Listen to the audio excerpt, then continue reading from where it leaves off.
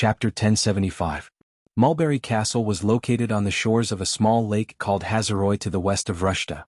At the turn of summer and autumn, the surface of the lake reflected the castle and the distant horizon. The snowline of the Hazeroy Mountains was a stark contrast against the tall forests and white maple trees. It was one of the most famous scenic spots near the imperial capital, but it was also a royal garden. However, the imperial family did not often stay here. They would only spend the long summer here to avoid the heat. After the Silver Queen, Constance, ascended to the throne, the castle was used even less frequently. She might not even visit it once in 2 or 3 years. Even if she did visit, she would only stay for less than a month. Even so, there were still groups of servants and imperial guards stationed in the castle. Half a month ago, a group of mountain maidservants had been replaced in Mulberry Castle. In addition, the Flaming Blade Knight Regiment had swapped in with the imperial guards. This made the castle much livelier. But tonight, this ancient and elegant castle by the lakeside was unusually quiet. The silver moon, Timmy's, moved slowly above the nearby forest. The white maple's shadow extended forward with the moonlight, crossing the fence and the forest path, leaving a shadow on the castle walls. The wind pushed the clouds above the night sky. A moment later, the shadow on the castle walls began to move and rise from the ground. It gradually formed into a woman dressed as a witch with a veil draped over her face. The woman stood by the battlements for a moment and looked into the courtyard in confusion. The courtyard was pitch black and there were no lights in the stables. There were no hidden sentries or patrolling guards on the castle walls. Normally, the servants would be asleep at this time. However, the castle would at least have a minimum amount of defensive power. It would not be as silent as it was now. She frowned and walked to the edge of the castle walls. The moonlight pouring down from the clouds seemed to materialize under her feet, forming a flight of stairs.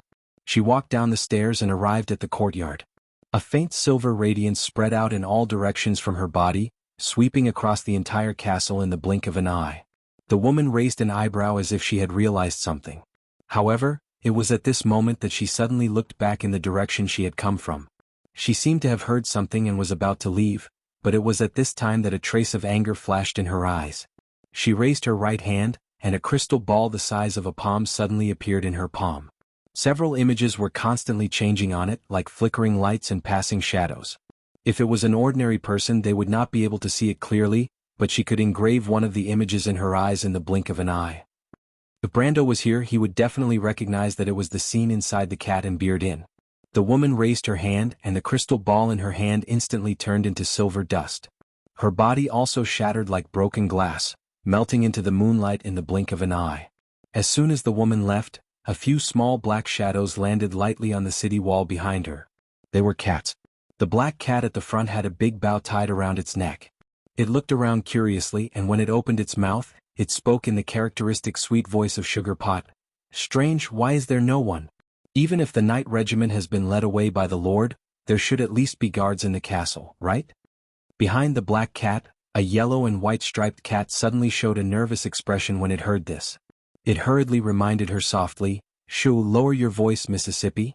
It's good that there's no one here. Do you want to attract everyone here?" "Babasha, what are you afraid of? Haven't we confirmed that the Knight of the Sword of the Flame has already left, either to support the Lord's battle, or to deal with those strange guys in the city? Anyway, they won't be here. The rest of the guys combined are no match for me. Miss, it's better to be safe than sorry. It's better to be careful." Babasha looked around nervously. "This is the Empire. Don't forget that Atatrice and the others are here too." "There's no one here." Sugar Pot, who had turned into a black cat, glanced at the castle immersed in darkness indifferently. She raised her head, sniffed around with her nose and wondered, "But there's a strange smell in the air. It seems that someone of our kind has been here. Strange, I'm not sure. Does that woman have such a powerful guy under her command? Could it be the Witch Queen?" Babasha was startled. "That woman can't be here." "Well," Sugar Pot nodded, "it's really not her scent. Strange, is there such a powerful guy in our generation of witches? Let's get down to business, miss." Sugar Pot jumped down from the city wall and landed steadily on the meadow in the courtyard, just like a real cat. It didn't make the slightest sound. Behind her, including Babasha, the 3 witches who had turned into cats also jumped down one after another. They walked around the courtyard but found no one. "There's no one here, miss." The one who spoke was the white cat behind Babasha. Although it looked the smallest, it spoke with the voice of a middle-aged woman. "That woman is really unreliable. "Be careful, miss, this may be a trap." Hearing the word trap, Babasha's hair stood on end. She subconsciously looked back, but the courtyard was as quiet as before. "Relax, Babasha, even if there's a trap, it's for the Lord. The Silver Queen has no interest in an old woman like you." "Miss," the white cat who spoke earlier suddenly spoke again, "there's someone in the castle." Sugarpot nodded. She also noticed it, front left, third room. She walked elegantly like a cat to the window of the room.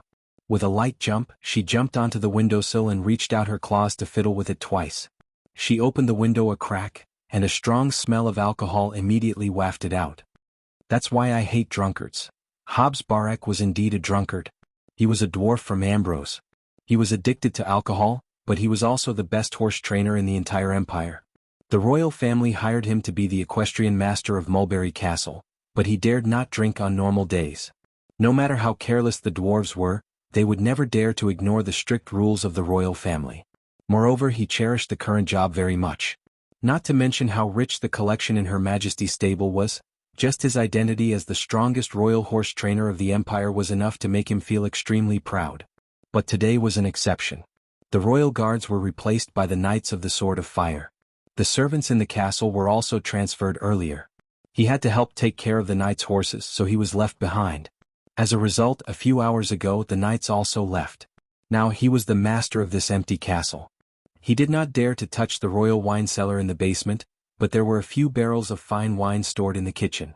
Although they were not as good as the royal collection, they were enough to satisfy his craving for alcohol. He lay on a few bags of flour in a daze. He could not remember how much wine he had drunk. It seemed that there was a small barrel of dwarf liquor, then 3 bottles of Landfair liqueur and a bottle of whiskey. The alcohol seemed to form a thick cloud and wrapped him in it. Hobbs Barak burped. This was the life he was pursuing. He had a dream in a daze. He dreamt that he had earned enough money and returned to his hometown to build an unparalleled wine cellar. There were all kinds of rare wines in the cellar, from the Griffin's Feather in 1936 to the famous Cold Moon wine. This wine was produced in the year of the Cold Moon and was almost destroyed by a snowstorm in the winter of that year.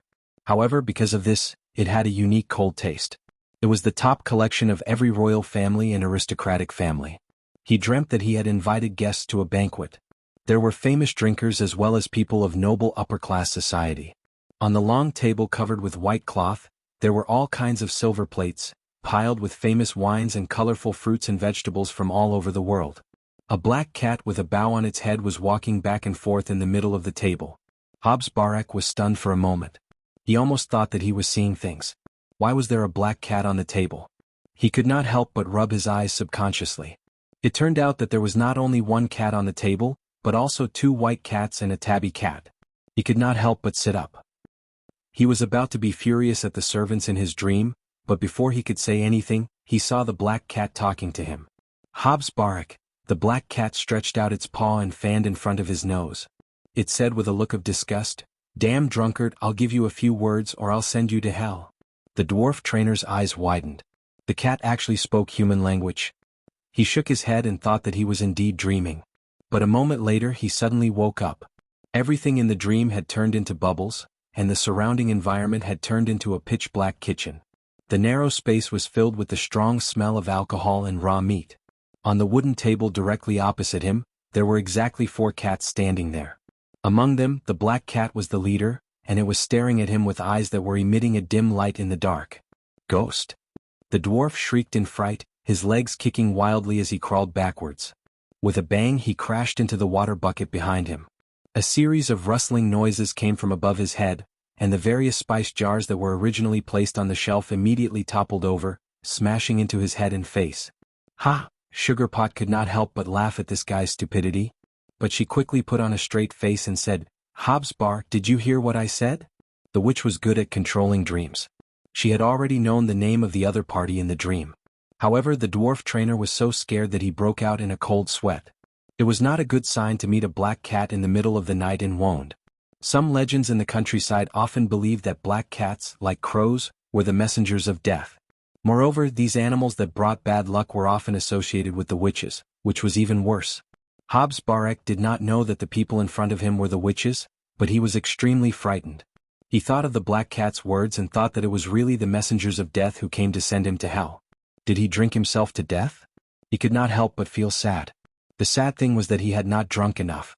Let me ask you a question. Sugar Pot did not care what he was thinking. Her eyes were shining with a charming light as if it could make people fall into a dream. Where is the mistress of this place? St. Contic Palace, White Rose Garden. 2 rows of knights slowly stopped outside the gate of the Rose Garden. It was very quiet at night. There was not a single person on the Imperial Avenue. Rows of oak trees stood on both sides of the avenue, casting dark shadows on the ground. Outside this solemn palace was a large open meadow. There were no other buildings within a few hundred meters. It was all the royal gardens. But the knight's visit in the middle of the night still woke up the residents in the distant streets. The citizens secretly looked in the direction of St. Contic Palace through the window under the cold moonlight. From afar, they could see that these knights in black armor were not the imperial army, nor were they the knights of the Holy Cathedral. Which duke's guards were they? Why did they come so late? And in St. Contic Palace, there was also a gaze that fell on these knights' body. Constance could clearly see the situation in the Rose Garden and the Imperial Avenue from the French arched window in her study. She sat behind her desk. The light from the crystal ball beside her hand had long since faded. She could no longer see the scenery of the forest near the Frostdew Manor. It had become dark, and a sliver of moonlight was reflected at the edges. There was no one in the room at this moment. Only the Dragon Queen stood silently in the darkness. She did not speak. Her Majesty the Queen did not speak either. Her gaze passed through the glass of the window and looked at the tightly guarded black carriage between the 2 rows of knight. She watched as the carriage door was opened by a knight. A maid alighted from the carriage. She had fiery red hair and bronze skin, the typical characteristics of the mountain people. After the maid alighted, she bowed slightly and then helped a well-dressed princess down. That was her countess. Only then did the Silver Queen reveal a proud expression. "When will our prince arrive?" she asked. "He's on his way, Your Majesty," the Dragon Queen replied in the darkness. The officials had been waiting in the hall for a long time. After a while she said, "Your Majesty." "It's fine," the Silver Queen replied. "Let me be alone for a while, Gwendolyn." The Dragon Queen nodded but did not move. "Those rats are making quite a ruckus today." "Yes, I just asked. The city guards have been drawn over by the battle over there." "Then go tell my dear Knight Commander what he should do now." The Dragon Queen nodded. Come back before the main course. That's the theme of today's banquet." Only then did the Dragon Queen's figure retreat into the darkness. Then came the sound of the door opening. Finally there was a click and all the sounds turned into silence. Constance silently looked at the night scenery outside the window, not saying a word. "You were once the kindest princess in Cruz. If you are willing to return to the right path." "I have never been more certain that I am on the right path than I am now." "Bigotry has clouded your vision, Your Majesty." "On the contrary, you are the ones who cannot see the path ahead." An illusion seemed to extend before her eyes. Chapter 1076. The wind blew through the wilderness of the 4 realms. It was the sea breeze from the Silver Bay, or the summer breeze from the White Mountain. The airflow flowed over the sky, pushing the cotton-like clouds slowly towards the north. At the place closest to the skyline, the clouds were like a goddess, reaching out from the clouds to touch the rolling hills in the distance. When the wind blew over the hills, the meadow rose and fell in turn, forming stripes of different shades. The forest was located in the south of the Yundun area, like a dark green shadow, mixed with many tree species such as the thick-leaved maple and Elson black pine. The gray and white trunks were hidden in the shadows like toothpicks. The forest and the alfalfa tributaries under the low river bank formed a clear boundary. To the east was the kingdom of the elves, across the river from the allied forces of the Holy Cathedral of Fire. "Mr. Darius, have you ever seen such a magnificent scenery in your hometown?" The wilderness of the 4 realms is unique in Wonde. In terms of magnificence, even the White Plains cannot compare to it, Your Highness. The general on the horse looked at the horizon, trying to find traces of the elves' movements, but to no avail. The Alkash Mountains hung down from the sky like a shadow, the clouds on Whistling Peak did not disperse all year round, and a few eagles soared in the sky. He looked back at the Princess of the Empire. His face was chiseled, full of fortitude and vaguely similar to Brando, but his lips were thinner, and his brow was deeper, full of the characteristics of the Highlanders. A pair of brown eyes were bright, as if they could not support the strong will of their owner. But Erewhon has its own beauty, just like the Empire, the mountains of Cherepet, the pine needles of Elson, and the ruins of the high towers on the highlands. "I understand," Erewhon is the only place of civilization and order created by the sages after the year of the return of glory. There is no more glorious land than it. Its people are hard-working and brave, and the nobles who lead them are excellent and glorious. The princess looked at the knight beside her without blinking. You flatter me. The princess smiled slightly, then turned her gaze to the horizon, her eyes as gentle as water. That is the kingdom of the elves. The wind elves turn their eyes to the north after the summer. They do not seem to intend to fight with us in the wilderness of the four realms. Perhaps they will enter the mountains. Before and for a long time after the War of the Holy Saints, the four sages, Gretel, Saint Tassol, Fanzan and Alanta, were close to each other, but now we see each other as enemies. Is that why your highness is fighting for peace in the empire? Yes, but this holy war is too tragic. Who knows how long it will take to wash away all the blood that has been spilled? But I know in my heart that there is nothing wrong with killing each other in order to compete for living space. From my point of view, I cannot blame my country and allies. It is the same for the elves. The sages once expanded the territory, but since the end of the Age of Chaos, the knight who pioneered the land almost disappeared. It is not because people are stubborn but because the power of order is declining. The fire produced every year is less and less, and it is not enough to replace the fire that is about to die of old age. The Parliament of Nobles even legislated to limit the number of new territories each year, in order to prevent the mature lands of order from declining because of lack of replenishment. The princess said softly, but we cannot tell the people this for fear of causing panic. What should we say? Should we tell them that Lady Martha is abandoning us? Last month, my teacher Vala and the Great Holy See discovered that someone in the upper echelons of the Holy Cathedral had joined All for One. Although it was only an archbishop, the meaning behind it is disturbing. It shows that our faith is declining and people are becoming more and more confused. If this trend is not stopped, the consequences will be unimaginable. The general listened quietly. I have a plan. I hope to go to Saint Tassol and Fanzan after this holy war. On the one hand, it is to eliminate hatred. On the other hand, I believe that the Holy Cathedral of Fire is not the only one who is confused. All civilizations should have encountered the same trouble. 1,000 years ago we could form a sacred covenant and fight together for a goal. 1,000 years later we can do the same. If I cannot persuade the Holy Cathedral of Saint Tassol and Fanzan, then I will go to the Ring of the World and find a way to seek the approval of the Great Holy Sage. Lady Eloranta will stay to protect this world. She will not sit idly by. As the Princess of the Empire? The Princess nodded. Mr. Darius, are you willing to be my knight? It would be an honor. The Princess smiled knowingly. This is my dream, Mr. Darius. I have never told anyone. I hope that the four holy cathedrals can return to the era of glory. In the distant future we will open up a wider territory. The civil war between civilizations will thus be eliminated. I want to prove that what the four sages did was right. Once we succeed, people will no longer be confused. The general nodded thoughtfully. If such a day really comes, I will feel honored to be your knight, your highness. But it is difficult. We may not see it in our lifetime. It is difficult, but there will always be successors. No matter how lofty the ideal is, there will always be a lack of people who will fight for it. The princess nodded. Constance looked at the face that seemed to be reflected in the mirror. She stood face to face with her. The soft face was full of kindness and persistence. The light silver eyes flashed with longing and hope for the future. But there was not only naivety in them, but also a strong and indomitable will. That face was both familiar and strange to her. Her face was pale, and the muscles on her face were tense, as stiff as stone. Enough. She growled in a low voice, her hands clutching her hair so tightly that her knuckles protruded like ghost claws. The scene became fragmented and blended into the darkness of the study. The heavy curtains reflected the lights of the city in the distance. The tall bookcase stood quietly in the shadows. The desk was scattered with documents on parchment. The signatures on them seemed to be written in blood, and were extremely eye-catching in the dim light. Outside the study, Dragon Queen Gwendolyn silently withdrew her gaze and shook her head. This is fate.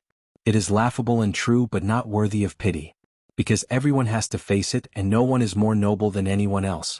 On the day of the destruction of Babel Tower, they also felt the same bone-piercing pain. She turned around and walked out of the corridor.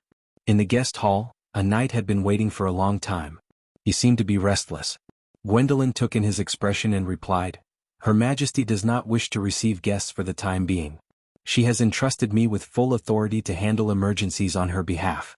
Speak, what is it? My lady, Please forgive us for not being able to contact Marquis Baroque. Before he left at noon yesterday, he sent Her Majesty an order to strictly order the city guards of Ginkgo Castle to leave their garrisons. However, before evening, our informants sent news that the cultists are inciting riots in the city. Now, thousands of people have gathered in the Marigold Commercial District and Silver Horse Square. If they are not stopped in time, the consequences will be unimaginable. Is this news before you left the garrisons, or is this the latest news? Before I left the garrisons, my lady? How much time has it been? Half an hour. What about the patrolling knights? I do not know, my lady. I did not see them on the way here. That is good. The knight was slightly stunned. He looked up and saw the countess in front of him, Gwendolyn's identity on the surface. A strange smile appeared on his face. Before he could react, his consciousness was shrouded in endless darkness. Gwendolyn looked coldly at the corpse on the floor. The young man had died with his eyes wide open on the carpet. His head and headless body were on each side of the carpet. The blood showed a dark color in the darkness. The shadow of the corpse wriggled as if it was alive, and in a moment, it was reduced to nothingness. Marquis Baroque won't give you any orders, but you won't be able to hear it anyway, she muttered to herself as she looked at the hole in the carpet. Marquis Baroque won't give you any orders. Her figure slowly melted into the darkness. The scenery before Brando's eyes changed rapidly. The forest was pulled behind him faster than the speed of light. Oak trees, goosefoot grasses, and heather were hidden under the rocks. Due to the speed, the trunks and leaves were almost connected into a straight line, to the point where they were indistinguishable from each other. It was as if they had flowed into a color plate and mixed together. Then a speck of light appeared in front of him. The speck of light arrived in front of him in an instant. The scenery within extended and expanded, turning into a quiet night scene on the east bank of the Marigold River. The river glistened under the moonlight, and an ancient bridge spanned the waterway between Cold Dew Forest and the commercial district. The rows upon rows of roofs in the city gave off a faint silver light in the distance. Brando was stunned for a moment before he realized that he was already at the foot of the mountain of Cold Dew Manor. My lord. Brando turned around and saw Medisha and Hippamera by her side. He did not speak but immediately waved his hand. Several doors of light opened in the air, and the Shire and Mephistopheles fell out one by one. Finally, Andrique landed heavily on the female vampire. Ugh! Andrique used her hand to push herself up from her brother's body, pressing the latter's head into the mud at the same time. She did not even look at the latter. Patting the dust off her skirt, she silently took a few steps away from the riverside. Although bloodkin were not as afraid of water as the legend said, they did not seem to like it that much either. Brando looked at Mephistopheles, who got up from the ground and wiped the mud off their faces with their hands. He could not help but shake his head helplessly. Although the card had turned Mephistopheles and Andrique into twins, the latter did not always seem to admit it. Hippamera also glared at Andrique and walked over to help Mephistopheles wipe their faces clean. The priestess was known for her kindness in the Abbey's domain, although she liked to keep some strange animals which made it difficult for people to get close to her. My lord, Medisha breathed a sigh of relief and asked with some concern, the battle just now? There was a small accident. Where is Sydney? This should be the edge of Marigold's commercial district. Nearby is the 12 Fingers Alley, and the patrolling cavalry's headquarters is located at the junction between here and the Queen's district. That's right. Brendel asked as he observed the surroundings. The river bank and forest quickly formed an impression in his mind. Lady Sydney and His Excellency the Legion Commander left before us. Did they not arrive? It seems that they have been intercepted. Except for Royale Saipan and the other supreme beings, Cruz did have the strength to do this, Brando thought to himself. The Silver Queen is not completely defenseless. He replied, there's no need to wait for them. Sydney and Lady Veronica have their own ways to escape. I don't know when the Silver Queen will catch up. Although the ability of a planeswalker should be able to confuse them for a moment, Royer and Saipan are the top wizards in Kurlutz. They must have their own ways to detect the direction of my escape. He looked at the west bank of the Marigold River. We will go along the canal between the Marigold Business District and the Queen's District. After we reach the King Street, we will go directly to the west of Rustle. Although that is where the patrol cavalry headquarters is located, the cultists are inciting riots in the city. If I'm not mistaken, the city guards and the patrol cavalry should be attracted to them. This route is actually safer. My lord. Brando turned around and asked, what's wrong, Medisha? Do you have anything to add? The silver elf princess frowned and hesitated for a moment. She seemed to want to say something. But she finally made up her mind and said, "We met Andesha earlier." Oh. Brando was stunned. "Andesha, she? Did she attack you?" Medisha shook her head. "No, but she looked a little strange." "Have you heard of the second corruption, my lord?" "The second corruption, you mean she looked like she was injected with the blood of God for the second time?" Brando immediately reacted, "That's impossible unless she doesn't want to live anymore." Medisha could not help but look at her lord in surprise. Although the tree herders were no different from the members of All for One and the Sheep's Head cult in the eyes of ordinary people, few people knew that these former druids who called themselves the Withered Ones had been secretly studying the power of the blood of God for more than 10 centuries. Many people did not even understand what the blood of God was, and they confused it with the demonic sacrifice of the Sheep's Head cult. But Medisha knew that although the tree herders were extremely crazy, the blood of God in their hands was the real blood of God. It was not the demonic blood or the power from hell as the rumors said. However, not only did her lord have a clear understanding of the God's blood, he was also able to point out the nature of the secondary corruption. She couldn't help but be curious. How did he learn such obscure knowledge at such a young age? Brando did not know what the little princess was thinking. He only frowned deeply. It was not strange for Andesha to appear here. She was originally in the imperial capital. Perhaps the rioters had attacked the imperial prison, but the second corruption was somewhat unusual. I hope there is no connection between the two. He did not know why, but he felt a deep uneasiness in his heart. Chapter 1077. When the battle at the Cold Dew Villa came to an end, Rushta's restlessness and chaos were spreading under the night sky. The 12th month square was filled with people. Duke Durat's statue stood in the middle of the square, sitting on his earth dragon Lonely Flame. He held a long sword in his hand, and the long sword, Azalea, was pointed forward. Under the cold gaze of the statue of the Demon Slayer Knight, all the ambitious and scheming people in Rushta were ready to make a move. It was as if a grand performance was about to begin, and all that was left was for the curtains to be pulled open. As if to make a note of this, a loud voice was heard from afar. The harsh voice was like two sharp metal files ringing in one's ears. "The noble master will return to the world to save and cleanse all this filth." In the Epic of the Pale poem, the angel Eroma killed the evil god Frederick and perished together with the army of Dusk. After her death, her blood flowed into a lake. 12 centuries later, someone found her shield in the lake. The Flame King Gretel built this city with the shield as his name. In the crew's language, Rushta represented holiness, justice, and victory. The secret society's followers claimed that the empire was notorious for its brutality. 1,000 years later, Eroma would return to this land and punish the evil queen. This rumor was baseless, but it was widely spread under the queen's rule. The people believed it as if they had hypnotized themselves. Seti was mixed in the crowd. The hot air was coming from all directions, mixed with the stench of sweat and feces. Her hair was wet and stuck to her pale cheeks, but the girl did not notice it. She just stared at the center of the square without blinking. In the middle of the crowd, the secret society's disciples, who were dressed in thick cloths, formed a circle. In the middle of the circle, the ground of the square was crisscrossed with scarlet patterns. The fresh blood from the lambs was smeared on the pitch-black stones like thorns from hell. It quietly emitted an aura as if a bloody storm was about to arrive. However, the people did not seem to notice it. A buzzing sound echoed in the square. The followers were chanting and praising a mysterious name. Eroma. Eroma. A powerful and oppressive aura filled the air. The crowd was in an uproar. Then someone shouted as if he had gone mad. The fanaticism soon spread. The crowd seemed to be possessed.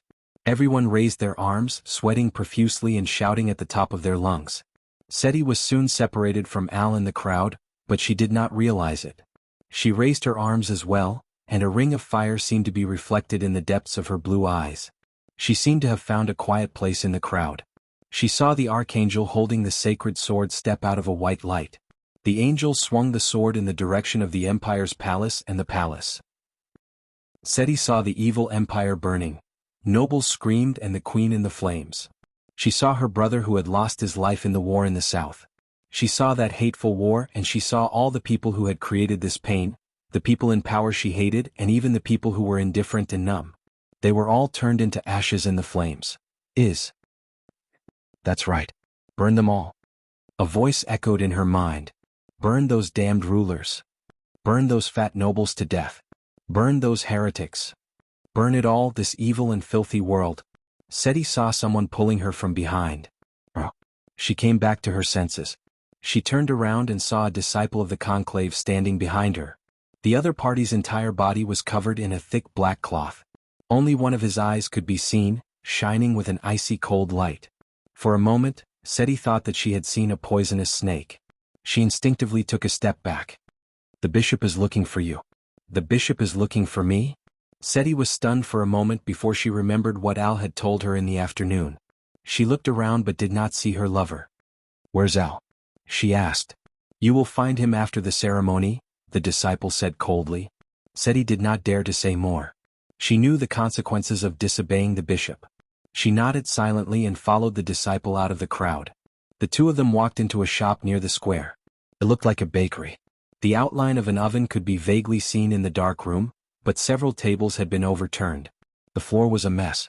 Behind the overturned tables stood several conclave members in the same attire. The bishop was standing in the middle of them. The bishop was a kind-looking old man. His wrinkled face seemed to glow with kindness. His sparse white hair covered his bald head, and under the shadow of his hair, there were a few age spots that looked like dirt. When he saw Seti, he nodded gently and said, "Good evening, Seti." "Good evening, Your Excellency," Seti said, looking a little uneasy. "Don't be nervous, my child. I have something to tell you." "Your Excellency? We just received the news not long ago. Since it's related to you as a believer of God, I believe you have the right to know." The old man narrowed his eyes, and an unknown light flickered in his blue-gray eyes. Seti was stunned for a moment. He didn't know what was related to him and why the bishop would come looking for him. "Do you want to hear it?" She nodded. "It's about your brother's murderer." "What?" Seti's eyes widened like a frightened cat, and her hair stood on end. Her brother was recruited into the army because of the Empire's war against the South, and he died in a foreign land. The priests of the conclave told her that the culprits were the nobles who rashly started the war out of greed. She had always regarded those people as murderers, but now the bishop told her a different story. "There is no secret, my child. But you should know that your brother was killed by the Erewhon. Do you know who was the commander of the Erewhon?" Seti paused for a moment and shook her head. Although she was not a country girl, she did not know much about the war that happened thousands of miles away from the Empire. In fact, she did not even know where the war took place. All she knew was that her brother died in the war. "That person is the Count of the Erewhon Kingdom. His territory is in Tanajul." "Those greedy nobles again." Seti gritted her teeth. The bishop sighed and continued, "My child, what I want to tell you is that you've seen him more than once in the past few days." What? Seti was stunned. "Those people from the Erewhon Kingdom are staying in your hotel. Do you remember now? It's them." The bishop nodded and confirmed Seti's guess. Then he looked at Seti silently. The girl seemed to be a little uneasy. Her brows were furrowed and she seemed to be thinking about something. "What are you thinking about, my child?" I don't know, Bishop. What should I do?" "If you want revenge, that's fine, my child. But it's dangerous for you." "I'm not afraid of danger, Bishop," Seti replied with a trembling voice. But I don't know what to do." "You want revenge?" The bishop's blue-gray eyes seemed to be covered with a layer of gray. Seti hesitated for a moment, but the image of her brother appeared in her mind. She nodded firmly. "But if anything happens to you, have you thought about your sick father, my child?" The bishop asked kindly. "Alcra will help me take care of my father. Alcra, I know this young man. He's your lover, right?" Seti's face was gloomy. She lowered her head and nodded weakly. The bishop's face was hidden in the shadows, but there was a faint smile at the corner of his mouth. "If you want revenge, you won't be able to do it to Count Tanajul, my child," the bishop said slowly. His voice was low and hoarse as if it contained magic. It opened Seti's Pandora's box little by little. "But you can do it to the people around him just like how he killed your family, and this count just so happens to have a fiancé with him." Seti did not know how she managed to get there from Rushta. She stumbled along the main road that was used for carriages. Not far from her was the familiar woodland and the riverside that shimmered under the moonlight. Old Kent's hotel stood on the other side of the bridge. It looked like a hazy shadow under the night sky. Seti was used to the scenery on both sides of the road, but at this moment, it felt strange. It was as if there were countless pairs of malicious eyes hidden in the forest. They stared at her through the gaps between the trees without blinking. The sound of owls chirping in the distance was faint. Occasionally, the sound of wings flapping could be heard from the forest. It was the sound of winged creatures hunting voles in the forest. These noises made her shiver. She felt like a wandering soul wandering aimlessly in the wilderness. As she got closer and closer to Old Kent's hotel, the outline of the wooden and stone building gradually emerged from the darkness. The signboard and window frames that were immersed in the darkness gradually lost their blurry colors and became clearer under the moonlight. Seti walked slower and slower. She reached into her pocket with trembling hands. There was a bottle in her pocket. She held the bottle, and the cold porcelain made her heart skip a beat. She gasped as if she was holding her own fate. The bishop's words appeared in her muddled mind. Think of a way to make that woman drink this bottle of poison. You're the hostess of the inn, you'll have a way to make them submit. Old Kent won't be at his inn tonight, so this is your best chance. See, it's not difficult and it's not dangerous. Once you have your revenge, the church will save you. Seti's teeth chattered. She did not know when it started. Her mind was in a mess. On one hand, she was thinking about the guest who stayed at the Cat and Beard Inn. On the other hand, she was thinking about her brother who died in Erewhon. Sometimes she could not help but think about Al. The young man looked at her with his unique sarcastic expression. Aren't you going to avenge your brother, Seti? Why are you hesitating? But it will bring trouble to Uncle Kent. After tonight, the Empire will cease to exist. No one will trouble Old Kent. No, where are the Erewhon people? Be honest, Seti. You're afraid. Look at your pale face and trembling fingers. Where is your courage when you are facing your enemies? No, I'm just... The two voices mixed in Seti's mind like two saws, giving her a headache. She wanted to stop and take a breath, but the two church members behind her did not give her the chance. They pushed her forward and said, Go, Seti. Go, Seti. Don't disappoint the bishop or your brother. We believe in you. Seti did not dare to look back. She felt that if she hesitated, something terrible would happen. The way the two men looked at her reminded her of the wolves she saw in Brocken when she was a child. They were cold and fierce. She hesitated until she reached the front door of the hotel.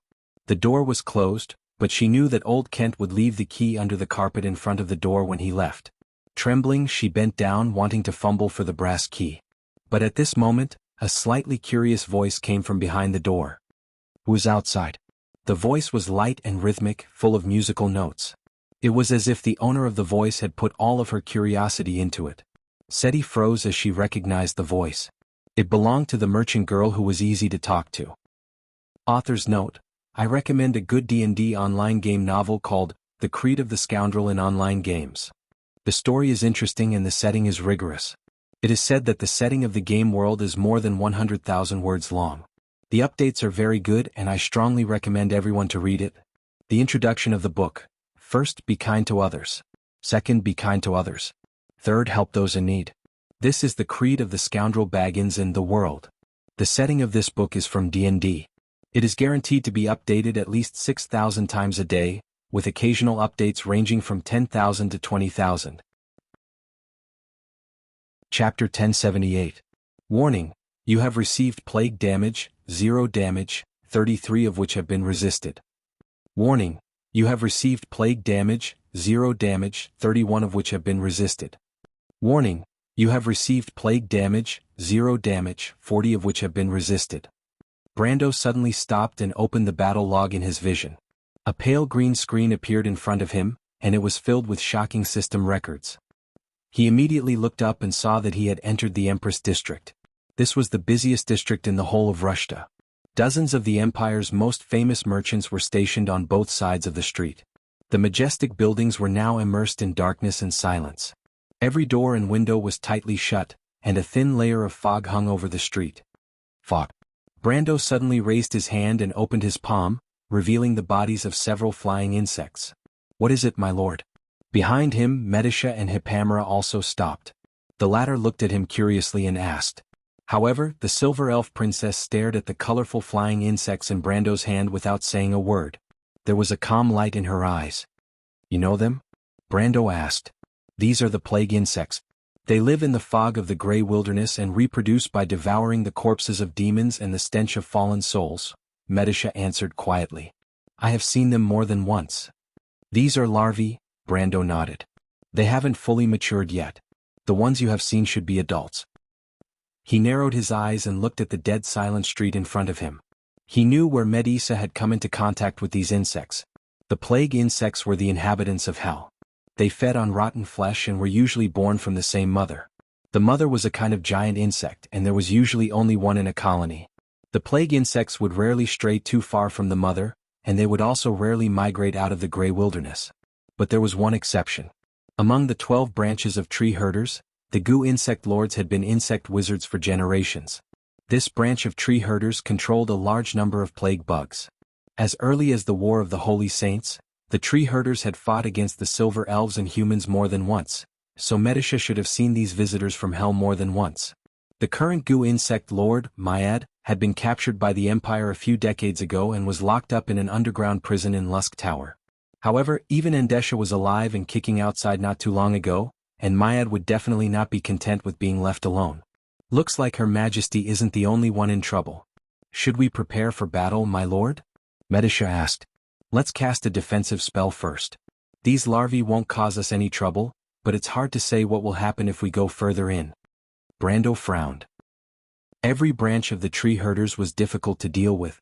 Endesha was one of the weakest, and Myad was not that strong either, but he was especially difficult to deal with. He had fought with this goo insect lord before in the game, which was why he found it difficult to deal with him. This was the outer area of the plague mist, and the plague damage to the central area could reach up to 100 damage per second. Without a baptismal priest who was proficient in hymns, it would be difficult to move forward. Although the magic damage had little effect on him, and he might even be able to resist the plague damage in the central area, it was hard to say whether Medisha and Hipamera would be able to do the same. He did not want to cause too much trouble at this time. His most urgent goal was to pass through Lusk Tower and meet up with the others in the west. He also wanted to confirm whether Scarlet had been rescued. If everything went smoothly, they would be able to leave the Empire. The way to leave the Empire had already been arranged. The eldest prince and the northern nobles would fully cooperate with him. They could pass through the Evergreen Walkway, or take a detour through the Duchy of Antiburo. This route was still considered safe, at least for now. As for what happened in the Empire, it had nothing to do with him or Erwin. Anyway, it was Her Majesty's trouble. He carefully looked at the thin fog, thinking that if they were lucky, they could directly pass through the edge of the fog. However, Myad's element was the mind mist, not the simple plague mist.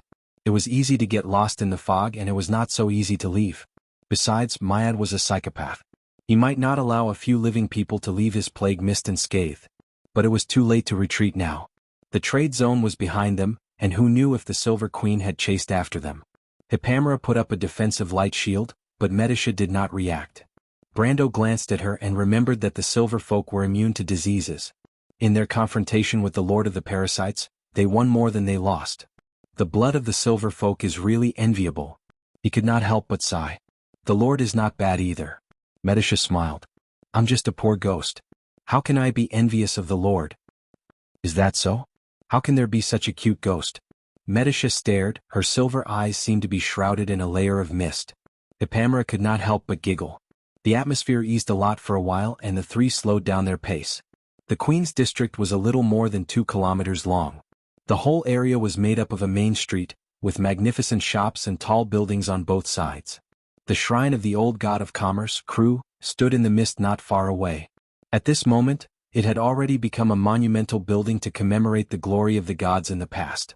Brando could almost see the gold inlaid on the mottled outer wall.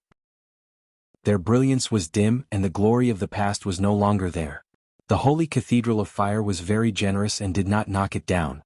Of course, it was also to show respect to Martha and her followers. In fact, in the countryside of the Empire and many areas of Erwin, people still maintained their faith in the old gods, but they could no longer get a response. Without response and protection there were no priests. The shrine of the god of commerce, Kru, was like a mottled empty shell, silent in the mist for thousands of years. In fact, it was not only this shrine that was silent. The whole Queen's district was shrouded in a deathly silence, and only the sound of the three people's footsteps echoed in the air above the stone street. The further in they went, the thicker the fog became. From time to time, an insect would crash into Hipamela's light shield, turning into a puddle of green water and flowing down the light shield, scaring Hipamela so much that her face turned pale. On the other hand, the Silver Elf Princess was very calm, almost without a change in expression as she walked forward. It was only at this time that people remembered that she was once the supreme commander of an army. Although according to human age she was only 14 years old when she became famous, and was just a budding girl. At this time, Brando almost did not have a fluke in his heart. He knew that the silence was because there was probably no one alive in Queen's District. This was the area with the richest nightlife in the entire imperial city, close to the noble district. The period between evening and late night was often the most lively time, and there were even nobles who often sneaked out to experience life. Although it was not a busy area, at least it was not empty. There was not a corpse on the street, but looking at the carriages that stopped crookedly on the side of the road or hit a sycamore tree, it was clear what had happened before. The carriage's shaft and noose fell to the ground empty, and even the horse that pulled the carriage was not left behind. Epamera looked dignified. Brando was thinking about where Sydney and Veronica went, and if it had anything to do with Mayad's sudden appearance. At this time, the fog in front of them suddenly buzzed and separated into two sides, and a fist-sized insect rushed towards them. Brando reacted quickly, and without thinking he pulled out his sword. With a flash of the sword, the insect was split into two pieces and fell to the ground, its 6 legs still twitching. He looked down and found that it looked a bit like a beetle. Its body was dark, and its 6 legs were as sharp as knives. Before he could say anything, Medisha answered first, "This is an adult insect, we are close to the mother body." Close to the mother body meant that they were close to Mayad. Brando did not expect that not only did he not pass through the plague fog from the edge, but he also walked into the center of the plague fog. But now that they were here, it meant that the enemy had already discovered them. If he continued to run away, he would be deceiving himself and others. He did not retrieve his sword, but instead looked up. There was a tall and majestic building in front of him. He thought for a while and remembered that it was the headquarters of the patrolling cavalry. He took the time to look at the light green screen floating above him, and the battle record showed that the damage had risen to nearly 100, which was slightly weaker than what he had encountered before. But thinking about it, Mayad, who had just escaped from the dungeon in this era, was not at his strongest. "Looks like he is waiting for us there," he said to Medisha and Epamera. "Yes," the silver elf princess nodded, "but something is strange, my lord." "What is it?" Brando knew that Medisha's experience was not inferior to his, and she was even more experienced than him. In terms of understanding of tree herders, she was not inferior to him, so he valued the latter's opinion. "There are too few insects," Medisha replied softly. "Even if Mayad deliberately hid, there should not be so few insects in the plague fog. Besides, we have only encountered one adult insect here, which is a little too unusual." Brando raised his eyebrows, and only then did he notice this. He had only fought with Mayad once in a limited opportunity, and he was not the main attacker at that time.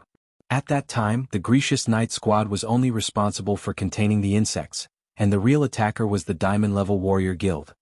He recalled the experience of that battle, and there was indeed an overwhelming number of insects in the mist fog, but it was a little too different from the sparse 2 or 3 insects here.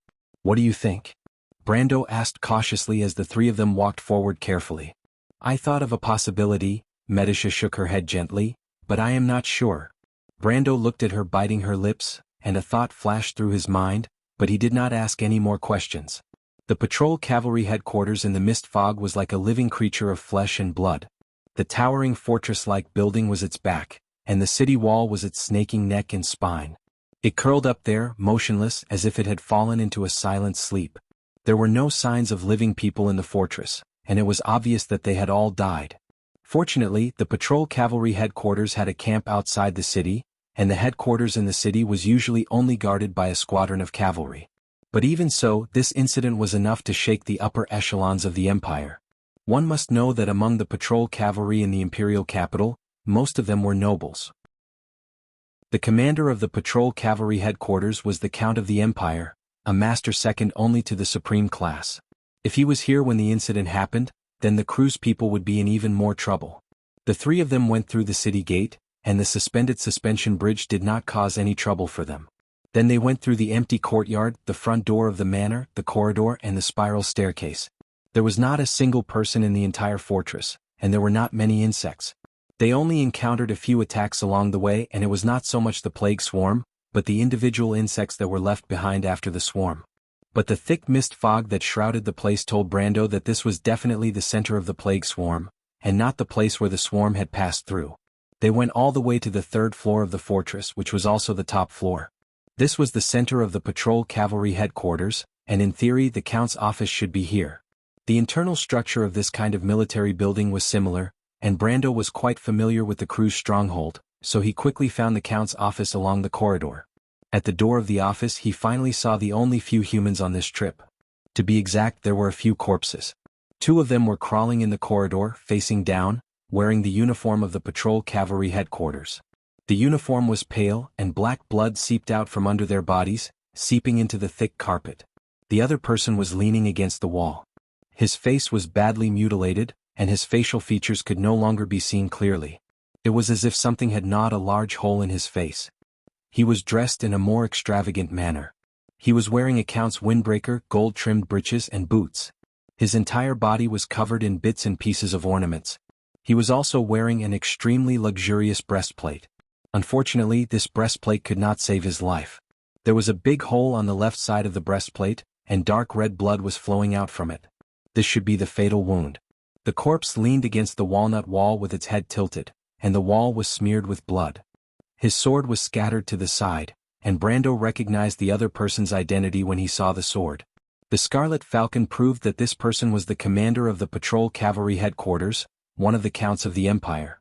Brando waved his hand, and the sword flew from the ground into his hand, disappearing into the dimensional hole in a flash. Although the Scarlet Falcon sword of the Imperial Patrol Cavalry Commander couldn't compare to sacred swords like Haurangaya or Oderfeis, it was still a rare ancient sword. Otherwise, it wouldn't have been passed down from generation to generation. He didn't have the habit of leaving good things to the people of the Empire. There were a few plague worms crawling around the Patrol Cavalry Commander's corpse, but as soon as Brando moved, they immediately discovered an unfamiliar intruder and pounced over. But before Brando could make a move, the priestess beside him took a step forward and swung the descent of the mountains with both hands, sending the worms flying with a perfect home run. The worms buzzed as they crashed into the wall, shattering into green juice on the ground. Brendel's brows furrowed. He suddenly realized that these insects did not attack him on their own initiative, but after he alerted them, they attacked him passively. In fact, the closer they were to the mother base, the more cautious the plague worms became. They would attack all living things in this area, regardless of whether they were humans or animals. This wasn't a habit that plague worms should have. He couldn't help but turn around, only to find that Medisha was also frowning deeply, looking thoughtfully in the direction of the Count's office not far away. There was only a half-broken wooden door in the thick fog. Chapter 1079. Brando also saw the door and carefully approached it with the flaming blade in his hand. He pushed the door open and found Mayad in the messy office. To be exact, the 7th of the 12 tree herders patriarchs had been split into 2 and was lying in the middle of the room. The wound extended from his left shoulder near his neck to the right side of his waist, all the way down, cutting open his ribs and lungs, completely tearing apart his spine. Dark red blood and black pieces of internal organs splashed out and scattered on the ground. Some unknown insects crawled in and out of the body, as if the empty chest cavity was their new nest. Brando had seen many corpses, but he still could not help but feel the urge to vomit. He used his hand to stop Medisha behind him and said with some difficulty, "You better not come over." In theory, Medisha's psychological endurance was much higher than his. In the battlefield 1,000 years ago, whether it was the scale of the battle or the intensity of the battle, it was 100 times greater than the current one. As the commander of an army, the little elf princess had long been accustomed to all kinds of scenes that were not suitable for children. But no matter what, Brando still preferred to treat her as a 14 or 15-year-old girl who still needed protection.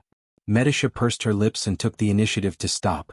It seemed that she did not mind the Lord taking care of her. "Is Mayad dead?" she asked softly.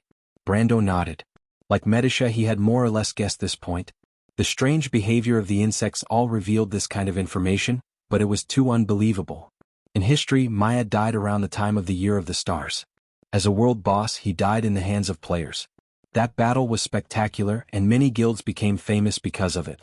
It was not like this, quietly dying in a corner of the imperial city of Rushta, and almost no one knew about it.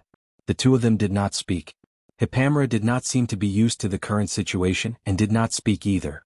Silence lingered between the 3 of them. Brando frowned. The situation was getting more and more strange. Andesha seemed to have completed her second corruption and suddenly appeared near the battlefield of the Cold Dew Manor. He did not know what the Silver Queen was doing, but she seemed to have given up her control of the imperial city. Is my mission so important that she is willing to sacrifice everything? On the other hand, Mayad's corpse was like a silent warning. The ancient proverbs were the harshest warnings, and it was the same at this moment. This proverb seemed to be engraved on the corpse and spread across the carpet along with the blood. It formed words. It warned him to leave the vortex as soon as possible. Brando faintly felt that something was breaking away from him and the Silver Queen's control, rushing towards an unpredictable direction. "Are there any signs of the second corruption on Mayad's body?" Medisha suddenly asked. Brando looked at the twisted corpse and immediately found the relevant traces. He was about to nod when a thought suddenly flashed through his mind. If Mayad died here, then was his swarm wiped out by someone? Medisha stood on the other side of the door and saw his expression. She seemed to have guessed his thoughts. Her expression changed slightly and she hurriedly replied, "The plague fog has not dissipated. The insect swarm should still be here." "But where did they go? Where is the queen insect?" Medisha suddenly asked. "Its corpse should not be too far from Mayad." Not good. A warning flashed in his mind and he subconsciously retreated. Just as he moved away from his original position, the carpet on the floor had a crack, and the walnut planks below were all broken, as if an invisible blade had slashed them. A strange-looking creature landed gently on the carpet. It looked like a human-shaped praying mantis. It was about the height of a person and stood on two legs. Its whole body was covered in a shiny black carapace. It had a pair of compound eyes and the surface was reflective. Its head was an inverted triangle, and below its arms was a pair of long scythes. Medisha was the first to arrive in front of Brando. With a wave of her right hand, a silver spear appeared in her hand. But when she saw the monster, she could not help but be stunned. "What is this? Is this not a plague insect?" But Brando recognized it. He stared at the two dark red halos on the praying mantis' compound eyes. There was already a light spot of the same color in the center. He recognized the origin of this thing. "Don't move." He lowered his voice and reminded Medisha. He also reminded the Hippamera who had not yet entered the door. It was a praying mantis. He had once received a set of Planeswalker cards from Planeswalker Hawkman's two Planeswalker creatures, Elaine and the Pendulum Golem. One of the core creatures of this set of cards was a nightmare creature. The original version of this insect was actually the Dazara praying mantis, a species of dusk that was born in the coiling serpent abyss. Odin had mentioned this creature more than once. The nightmares were one of the three major races of dusk.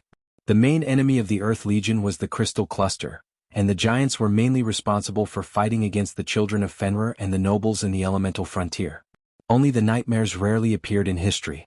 It was said that in the Second Battle of Dusk, they were once the main force of chaos. They were called the Nightmares of Doomsday, and that was how the name of the nightmares came about. However, after the first two Dusk Wars, these terrifying creatures disappeared without a trace, as if they had never appeared in this world. The Hazenians used them as a blueprint to design the nightmare furnace creatures, and they fought for the civilization in the Battle of Azure. Since then, the nightmare race had become a legend, as if they were a legend of the past buried in the dust of history. But today they had reappeared in front of Brando. If it was not for the distinctive rainbow rings and pupils, Brando would not have dared to confirm that this was the infamous nightmare mantis. The nightmare mantis was just the lowest level of insects, and the one in front of him was an elite Praetorian guard. It was born with power that was almost beyond the realm of the sage. Beads of cold sweat dripped down his forehead. He could roughly guess the origin of the horned beetle. Mayad must have thought that it was the source of the plague beetle swarm. The horned beetle was the king of the insectoids, and it was easy for it to command the plague beetle swarm, but for some reason, it suffered a backlash. "You're asking for it." Brando could not help but curse in his heart. But this thing had caused trouble for himself and Medisha. But where did Mayad find this thing?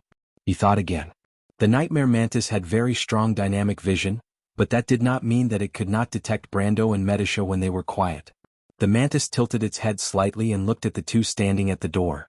Its mandibles were constantly moving, and its compound eyes reflected the image of Brando and Medisha as if it was thinking about how to deal with the two intruders. "Hippamera, back off. Run outside." Brando silently sent a telepathic message to the priestess outside the door, but he knew that it was meaningless. The nightmare mantis's strongest ability was its telepathy. They were psionic creatures. As expected, the moment Hippamera took a step back, the nightmare mantis suddenly raised its head as if enraged, and an invisible wave hit Brando and Medisha at the door. There was almost no time to react. Brando only felt a buzzing sound in his head, and even the scenery in front of him was distorted. But he was still fine, and his ridiculously high willpower blocked most of the psychic impact. Medisha was not so lucky. The silver elf princess screamed and fainted. Brando did not even have time to support Medisha before he saw the nightmare mantis pouncing on him. Its speed was astonishing, but Brando knew that in fact, its speed should be faster than what he saw. This was a dusk species with the power of the sage domain. Although it did not have the power of the law, its basic attributes alone were enough to show disdain. He could see its movements purely because of the effect of the law of time. He did not dare to trust the judgment of his eyes too much. He took a step forward and picked up the unconscious Medisha and rolled back. His caution as usual undoubtedly saved his life. A white light flashed across the door, and the door and the wall were cut in half with a crack. Brando did not doubt that if he did not move or if he was a moment late, he would have ended up like Mayad. He looked at Hipamra. The priestess reacted very quickly and was about to run downstairs. Now he had to stall for time, but Brando's mouth was a little bitter. This was not as simple as it sounded. The plague mist was a mile or two wide, and it was not easy to wait for Hipamra to run out. Left or right. He knew that the nightmare mantis's attack would follow soon. At the moment, his equipment and ability could not provide him with any help. He knew that he could only rely on his rich combat experience. But this time Brando made a wrong judgment. The nightmare mantis did not move. Because it had suddenly turned around, a streak of black light had pierced through the glass window of the Imperial Count's office behind it. Before the monster that had the power equivalent to the sage's domain could react, it had accurately struck it. Brando heard the monster let out a squeak, and then it was lifted up by the black light and slammed into the ceiling before falling down. But its first reaction when it fell was not to immediately fight the attacker outside the window. It did not even look at Brando, who was on the ground. It decisively crashed a hole in the wall on the other side of the corridor and fled in that direction without looking back. What's going on? For a moment, Brando was stunned. He subconsciously looked in the direction of the office, just in time to see the windows in that direction explode with a loud bang. The entire outer wall of the fortress collapsed under the external force, and the wind rushed in from the outside, blowing away some of the fog in the room. Then Brando saw a figure floating in the air outside. At that moment he felt his blood freeze from head to toe. For a moment he even hoped that the damned nightmare mantis would come back. At least it would be better than facing this guy in front of him. Because he saw the dragon queen Gwendolyn. The black dragon's prismatic pupils were looking down at him coldly. Alcra looked around aimlessly in the crowd. The young man was looking for the girl he loved, but to his disappointment he found nothing. He was not used to the fanatical atmosphere in the square. He was born in the countryside near Rusta, but he had learned a lot from a monk. It could be said that he had received a good education, at least as the son of a farmer. His lowly birth and mismatched knowledge contributed to his sensitive personality. Such a person was not good at trusting anyone, and in his eyes, whether it was the nobles of the empire or the secret society who hid their heads but showed their tails, they were all equally suspicious. But he knew very well what these people were up to. It seemed to him that the so-called summoning of the Archangel Iroma was just a pretense. They were obviously inciting a riot, just like the heathen plays that had been repeated over and over again for decades. Such a rebellion would undoubtedly fail, but the nobles would still feel the pain in their bones. This was probably the only chance for them, to take revenge on the arrogant queen. The ceremony in the square was reaching its climax, but he did not fit in with the pious citizens around him. He looked on coldly as if he was looking through a window. The only thing he was worried about was Seti's whereabouts. He saw some of the disciples taking her away, but she had not returned yet. He felt a little uneasy, and at that moment he heard a few low voices behind him. Alcra turned around instinctively and saw two high-ranked disciples standing behind the crowd. He recognized them as the personal guards of the bishop. Lady Endesha ordered us to. Why is the bishop so concerned about a little girl? This is the order of another lord. Be careful. But those Erewhon people, that young lady's arrival here was arranged in the first place. Shut up. The words Erewhon people hammered into Alcra's mind like a nail. A series of images formed in his mind. He seemed to see the old Kent enshrouded in the twilight, and he immediately became alert. He pricked up his ears and carefully focused his attention in that direction. At this time, the high-ranked disciples' eyes were scanning the crowd. The young man carefully lowered his head to avoid their gaze. The disciple looked around for a moment before he continued. We're not the only ones paying attention to her. The queen is also paying attention to her. Do you really think that crazy woman would be interested in a country bumpkin? The Silver Queen? Of course. That's why it's best if you don't meddle in the affairs of the lords. I see. But the bishop is not worried about leaving such an important matter to a country bumpkin? I'm not sure, but I believe that the bishop has his own reasons. Besides, that stupid woman is eager for revenge. Alcra felt his heart skip a beat when he heard the disciple's words. The last sentence was like a sharp knife that stabbed into his heart. He subconsciously stood up from the kneeling crowd. Before he could think of what to do next, the high-ranked disciple standing behind him noticed the abnormality. "What the hell are you doing? Damn it, he's eavesdropping on us!" The disciple of the secret society shrieked. The young man instantly woke up from his stupor when he saw the disciple rushing towards him. His first reaction was to turn and run. Chapter 1080. "Hey, you're Seti, right?" The door of the Cat and Beard Inn was pushed open slightly, and the Roman peeked out with half of his eyes. He looked curiously at the girl in front of him. Seti did not mind the sudden appearance of a living person on the road outside the inn. Everyone had gone out and there was no one to chat with her. Brando was not around, and with Dilfrey's condition, Bailu did not want her to disturb her. As for Seti, she was very interested in the smart Prime Minister's daughter.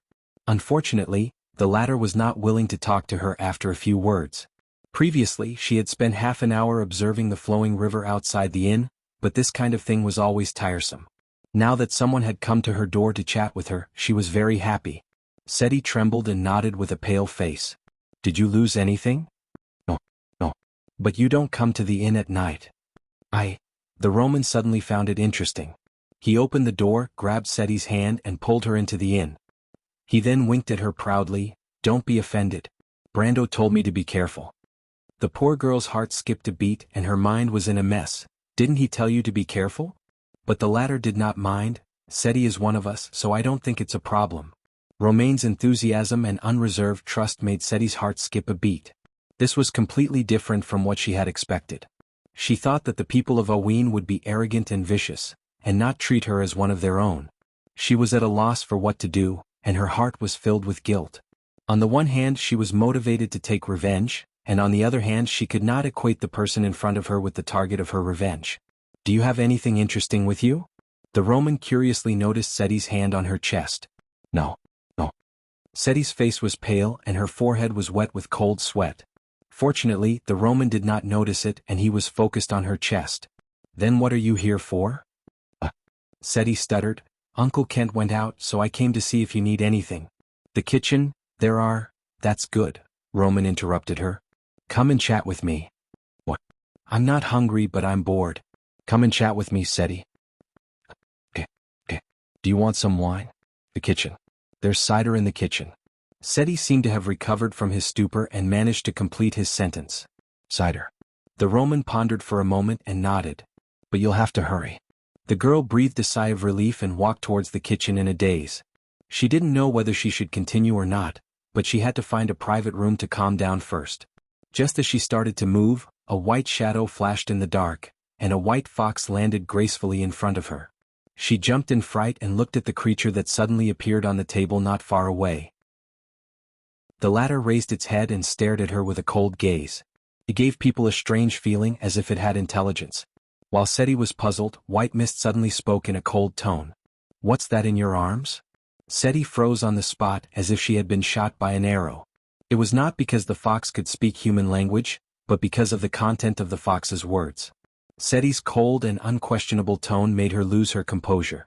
She felt her blood freeze from head to toe. White Mist, there's nothing in Seti's arms. I've already asked her." Seti's innocent words made the girl feel ashamed, but White Mist interrupted her.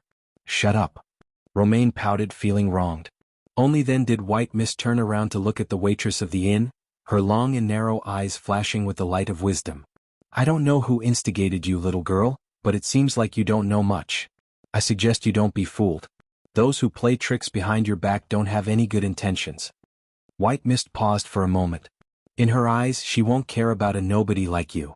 White Mist subconsciously thought that the one who instigated Seti was the Queen of Rushta, which was why she said that.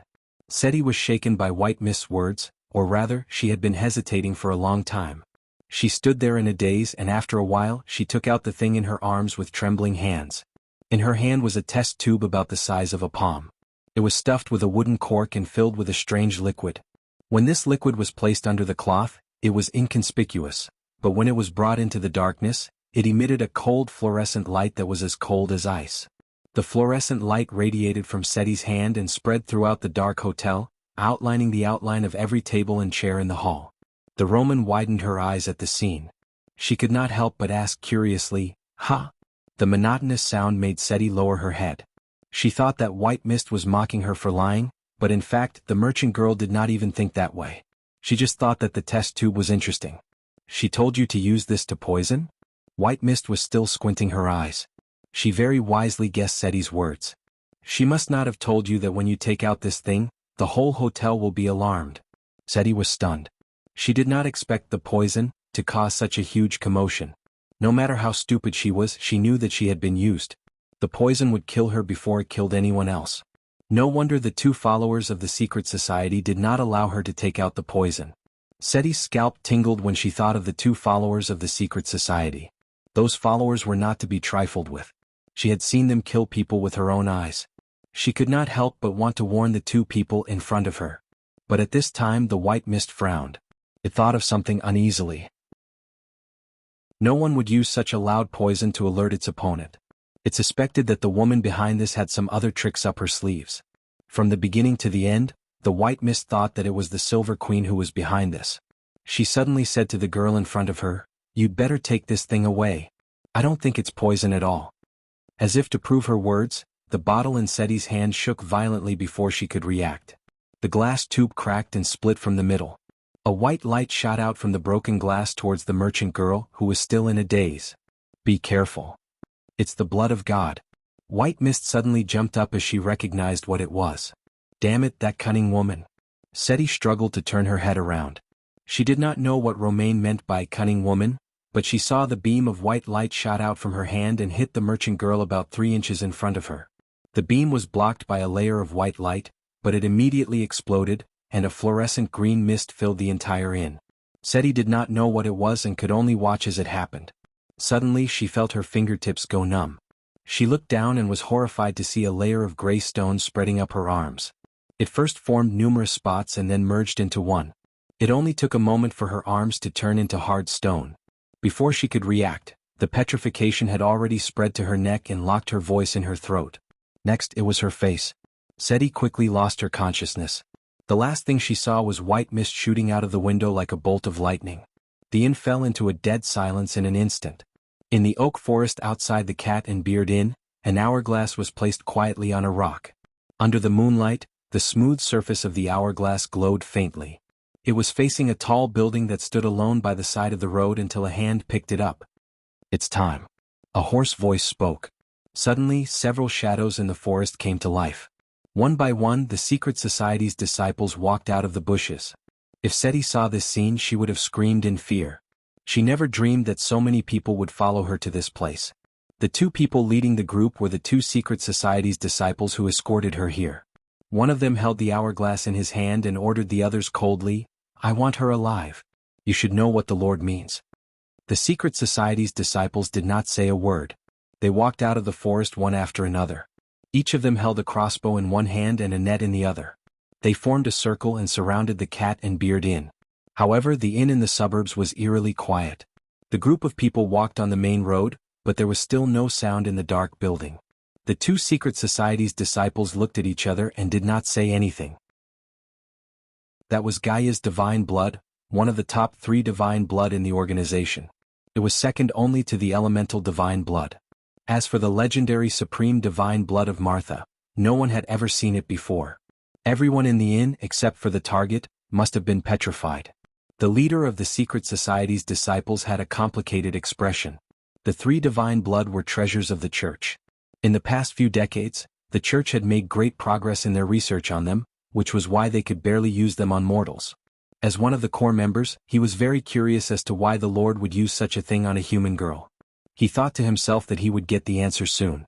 However, the closer they got to the inn, the more the disciples noticed a problem. Traces of green mist were escaping from the wooden gaps of the inn's window lattice and door. Soon some of them stopped. The divine blood was still in a dispersing state, which meant that the target might not have absorbed it. Could it be that she had been petrified? Or did something strange happen? Regardless of the situation, it was enough for them to be careful. Everyone turned around and focused their gaze on the leader of the secret society. The leader's expression darkened. There was a slight difference from what he had expected. "Stop." He raised his hand and gestured for everyone to stop. However, to his surprise, the others did not look at him with respect as he had expected. Instead, they looked at him with an indescribable look of horror. In his eyes, everyone's eyes reflected the look of someone who had seen a ghost. He instinctively reacted and felt his scalp tingle. He threw away the hourglass in his hand and tried to pull out the scimitar hidden under his cloak. The scimitar was pulled out unbelievably smoothly. The leader of the secret society did not even turn his head. He swung his hand behind him, but he did not cut the thing he had expected. Instead, he felt his hand being held by a cold hand. The hand was not big, but it was as cold as ice. The secret society disciple watched in shock as his right hand and the scimitar were pulled out of his body. It was as easy as snapping a tree branch. Then the excruciating pain surged like a tidal wave. He knelt on the ground while screaming. With a flash of cold light, his head fell off and rolled into the sand on the road. His head was badly mutilated and his face was beyond recognition. The whole process only lasted for a few seconds, and before anyone could react, all the sounds had come to an abrupt end. Everyone subconsciously ignored the headless corpse on the ground and looked at the woman who suddenly appeared. It was a little girl. She was at most 15 or 16 years old. She was dressed in a very local style and didn't look like a Kurlutzian. She had long brown hair and a broad forehead. She looked very small and cute, if it weren't for her eyes that were too strange. The girl floated in the air. Her long hair fluttered in the absence of wind. There was no white in her eyes. There were no pupils either. There was only darkness, like two black holes that constantly rotated, sucking in people's minds. She opened her mouth. Her voice was not like the sweet and cute merchant girl's at all. Instead, it was cold and hoarse as if it carried a natural majesty. "Mortals, why did you use this thing to lure me out?" Then she frowned and pressed her bloody hand on her forehead, as if she was in great pain. "Ugh, it hurts." Brando, other than her, no one else could make a sound. A clever disciple wanted to take this opportunity to sneak away, but just as he moved, he suddenly screamed and knelt on the ground with his head in his hands. Under everyone's watchful eyes, the man's head exploded like a watermelon. Red and white pieces of his body flew all over the sky. The lifeless body slowly fell into the dust, twitched twice and then stopped moving. "This is..." Finally, someone squeezed out a few words from his throat while trembling. "Heart. Psionic ability, mental shock." Everyone's heart was in turmoil. Disciples of the secret society who were able to participate in such an operation were definitely not peripheral disciples. As core disciples, they knew many secrets that ordinary people could not hope to obtain. In Vaunt, no wizard could use psionic powers, not even the Bugas who were silver folk. Only a few monsters had the most superficial psionic abilities, but this level of mental shock could only make them think of one word: inhuman. Everyone regretted it. What kind of existence did they provoke? Chapter 1081. The bleak night wind passed through the woods by the river like the fingers of a ghost, causing the leaves to tremble. The chirping of birds and the chirping of insects were as silent as cicadas. Only the sound of rustling could be heard, as if invisible footsteps were passing through the woods. There was a strong smell of blood in the air. The battle on the main road, or rather the one-sided slaughter, had passed for quite some time. A shadow separated from the trunk of the tree and carefully came to the side of the road, staring blankly at the place where the battle had taken place. She had never dreamed that things would turn out like this. She had thought that the cultists would take the annoying woman away, and that she would not have to intervene. Everything was within her expectations. But what she saw was a shocking scene. She still didn't know if the cold-blooded monster that killed everyone was the merchant lady who looked so stupid that it made people despise her. What kind of divine being was that? Delphian took a deep breath, and the thick smell of blood rushed into her nose. She suddenly had the urge to vomit. She clenched her teeth and forced herself to forget about it. But even though she tried her best to remain calm, and the overall situation was not too out of her expectations, she did not know why her hands were trembling slightly. She was afraid, and it was obvious that it was an emotion that others rarely saw in her. Ever since she had taken charge of the family, Delphian had thought that she would not be afraid of anything anymore. She had buried those soft and unnecessary thoughts early on. Men were cold, but she was more determined and ruthless than they were. Revenge was the same. There was not a single person on the main road. The Prime Minister's daughter slowly walked to the side of the road. The dark red and smelly blood gathered into a stream and flowed to her feet. In front of her was a scene that could only be seen in a slaughterhouse. Only corpses, or rather body parts, were left in the dust. Eyeballs, half a head, broken chests, and limbs were scattered all over the place. It was as if an open-air butcher's shop had been set up. The body parts that originally belonged to humans were now incomplete. They were scattered all over the place like rotten meat. Filthy blood flowed and mixed with the sand, causing the soil to be dyed a deep dark red. It was as if there was a rain of blood, and the ground was covered in blood-colored mud. The air was filled with a thick rancid smell, like the smell of a warehouse used to store salted fish. Delphian bent down and pressed a hand on her chest near her collarbone. Finally she retched. After a while her face was as white as paper. She stood up shakily. Her heart was at a loss.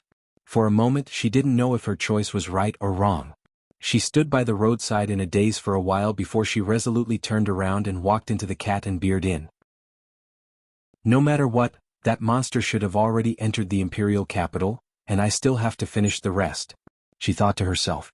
The aura of Gaia's divine blood in the inn had already dissipated. Only some fluorescent substances remained on the ground and table. Delphian carefully avoided these things and looked at a stone statue in the middle of the hall. Seti seemed to have retained the last image of her when she was alive. Her eyes were wide open, and every expression on her face and every wrinkle on her clothes were vivid and lifelike. It looked like the greatest masterpiece of a master sculptor's lifetime of painstaking effort. In fact, in some remote areas, some evil wizards like to use living people as statues. The darkest among them even liked to collect beautiful virgins to complete their work. Delphian looked at the statue in silence. She couldn't confirm whether the statue was dead or alive, but it didn't matter. She went to the corner of the hall and took out a hammer from under the fireplace. She then dragged the hammer and smashed it at the statue with all her strength. It didn't matter if the statue was dead or alive. As long as the hammer landed on the statue, even the most skilled adept would not be able to piece it back together. Especially when the statue had been alive when it was still alive. But what she had imagined did not happen. Before the hammer could touch the surface of the statue, the head of the hammer suddenly exploded without warning. The Prime Minister's daughter, who was swinging the hammer, seemed to have collided with a rampaging dragon. With a bang, she flew out and crashed heavily into the wall at the side of the hall. She let out a muffled scream and slid down the wall. She looked up, but before she could say anything she spat out a mouthful of blood. She covered her mouth with her hand, and her fingers were stained with blood. Delphian looked around with blood flowing out of her mouth and nose. She saw a woman with a mature aura coming in from outside the door. She looked at the woman's witch costume in disbelief, and a strange, familiar light flashed in her eyes. She felt that she had seen this woman before. "Where is the Roman?" the woman asked coldly as soon as she entered the door. "I don't know." Before Delphian could finish her sentence, she felt an invisible force choking her throat and pulling her up from the ground. When she came to her senses, her feet were already off the ground. A suffocating feeling came from all directions and almost drowned her. "No, it's not me." The Prime Minister's daughter rolled her eyes and opened her mouth wide like a goldfish without oxygen. She clutched her throat tightly with both hands and kicked in the air in vain. She never dreamed that the one who came back first was not Brando, but a witch she had never seen before. She also never thought that the witch would not give her the slightest chance to explain herself and would try to kill her. She had always been beautiful and confident, and was used to strangers having a natural good impression of her. However, no matter how beautiful her appearance and body were, without a soul, she was just an empty shell. She finally felt afraid, and the fear of death was so deep and vivid. Her inner thighs became hot, and wetness suddenly spread down her slender legs. The hall was suddenly filled with a strange smell. But Delphian had already put these trivial matters to the back of her mind. She was seeing stars, and there was only one thought in her mind: "No, I can't die, I have to live." The witch did not care about her reaction at all. Her mouth was muttering something as if she was chanting a lengthy spell. Although Delphian did not know magic, she knew some mysterious methods. At this last moment, her mind finally cleared up, and as if her soul was blessed, she screamed with difficulty, "I know you. You are Princess Gloria. I saw you at the Evergreen ceremony 13 years ago." The mature woman was slightly stunned, and the power in her hand dissipated. Delphine, who was in midair, sat on the ground. The part of her body that was soaked in urine was cold, and she felt ashamed and angry. Even when she was almost burnt to a crisp, she did not feel so hopeless. She subconsciously lowered her head and did not dare to look at the witch again. But the witch looked at her silently and then said, "You are Nydiven's granddaughter." Delphian did not nod and of course did not dare to deny it. It was a silent admission. "Where's the Roman?" the woman asked again. "She went to Lust Tower. Although my niece is careless, she would not go to Lust Tower at this time. Some cultists used the blood of God to plot against us. I escaped by hiding in the kitchen. The Roman killed everyone and then went to Lust Tower. I couldn't catch up with her." Delphian answered half-truthfully. Of course she did not dare to tell the whole truth, but on the one hand she was afraid of being exposed by the witch. She could not help but let out the sound of her teeth chattering softly. The woman looked at her disheveled appearance and did not expose her half-truth. Instead she asked, "The Roman killed people?" Delphian clutched her wet dress tightly, and her hands were almost bloodless. "I don't know, she seems to have changed into a different person." "Changed into a different person?" "She became unrecognizable. She didn't seem to recognize us at all. She kept calling us mortals." "I don't think that's her at all." Delphine didn't dare to hide anything and answered in a low voice. The woman was silent for a moment, and it was hard to tell whether she was happy or angry. She suddenly raised her hand. Just as the Prime Minister's daughter trembled and thought that the woman was going to kill her, she was surprised to find that the stone statue in the middle of the hall had disappeared into thin air. The woman turned around and looked at her. "Go find Brando and tell him everything that happened here. Tell him to come find me." Delphian felt real fear at this time. She did not know why, but she did not want to see Brando at this moment. Seeing her hesitation, the woman laughed sarcastically. "Only now do you think of being afraid? You are far inferior to your grandfather, but you don't have to be afraid. You tell Brando the truth and tell him who told you to find him." "Princess Gloria?" "No," the woman shook her head. "It's my other identity, Noodle, a follower of the blind maiden Misha, the Witch of Fate. Tell him that the main star of the bewitching constellation that I showed him was just an illusion. The Witch of Fate has the domain of charm. Deceiving people is a simple matter." She paused for a moment before continuing. "If he still doesn't believe me, tell him that I'm the Roman's aunt. I have first-hand information about him wetting his bed when he was young. And if he wants to marry my niece, he has to go through me first. Do you understand?" My lady?" The Prime Minister's daughter almost choked. "You feel strange? This is a matter of life and death for a noble's reputation. You should understand this, so before he sees me, he won't do anything to you." Delphian felt strange. "Katja?" For a moment, Brando felt as if his internal organs had shifted positions. He slammed heavily into a stone pillar, but the solid rock couldn't stop his momentum. The pillar collapsed and the hall that had lost its support started to shake. In an instant, half of the hall had collapsed. He was like a meteor crashing into the rubble. The only thing he could do was to hug the unconscious Medisha tightly. When he slammed into a wall again, he felt as if all the bones in his body had fallen apart. But he didn't have time to breathe a sigh of relief. He immediately switched places with the Silver Elf Princess and covered her with his body. In just a moment, the broken ceiling above him collapsed. Rubble mixed with sand rolled down and fell heavily on him. It was just a simple blow, but Brando found that his HP on the screen had decreased by more than half. When he saw the dragon subduing the Dragon Queen and her two subordinates in the Evergreen Corridor, he didn't feel how terrifying the dragon's strength was at all. It was only when he faced them in real life that the hopeless gap between them was revealed. The Sage's Domain. This was a domain that mortals had never reached since the War of the Holy Saints.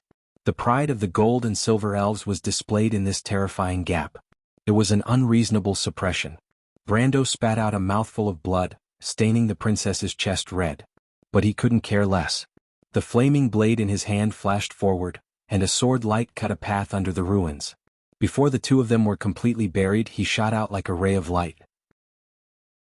Gwendolyn, who was hovering in midair, immediately noticed Brendel's actions. In fact, she did not move much, but the entire patrol cavalry headquarters and the area within a mile of it were all covered by her line of law. It was like a giant web woven by the mother of spiders.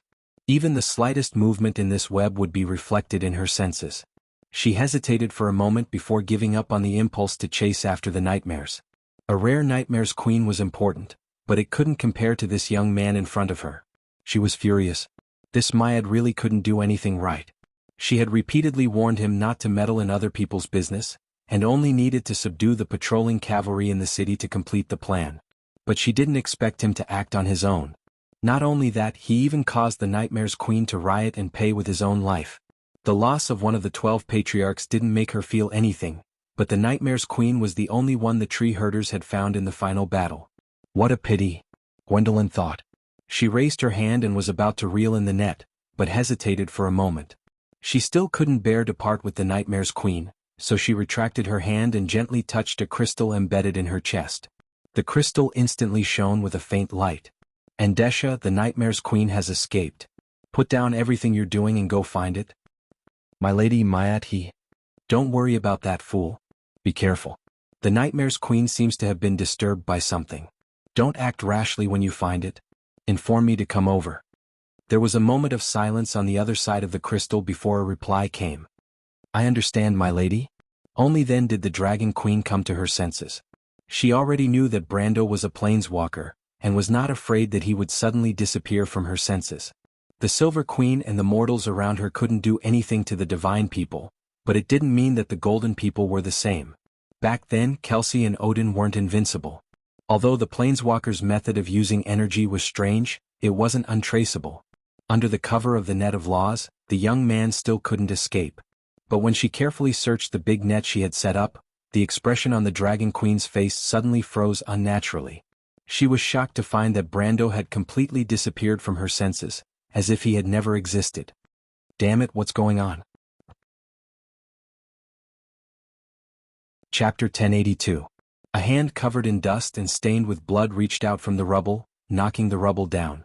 The hand held a crystal ball tightly, which seemed to have been activated by some mysterious power. Its surface was emitting a faint light, and a thin layer of mist was escaping from its surface, shrouding everything in it. The blood-stained hand struggled for a moment, and then lifted a larger piece of rubble. Like a weightless bubble, it was lifted up lightly and rolled down with a heavy thud. Then, with a crash, a large piece of rubble and broken wood was pushed up, and a person covered in dust crawled out. The person was covered in dust and only his eyes were still lively. He carefully looked around, and when he did not see the Dragon Queen's figure, he finally breathed a sigh of relief. It was Brando. At the very least, the Elven Queen wasn't joking with him about this. The dragon-repelling orb in his hand was indeed effective. Otherwise, a thin layer of rubble and wood would never have been able to stop Gwendolyn's search. Looking at the crystal ball in his hand, Brando casually opened his waist pouch and threw it in. Although there was a layer of cloth in between, the fog-like film that shrouded his body did not diminish at all, and it probably did not affect the orb's function. However, this allowed him to free up his hands. He bent down and carefully carried Medusa out from under the rock. He himself was covered in scratches, but the Silver Elf Princess was almost unharmed under his protection, and that made him feel a little more at ease.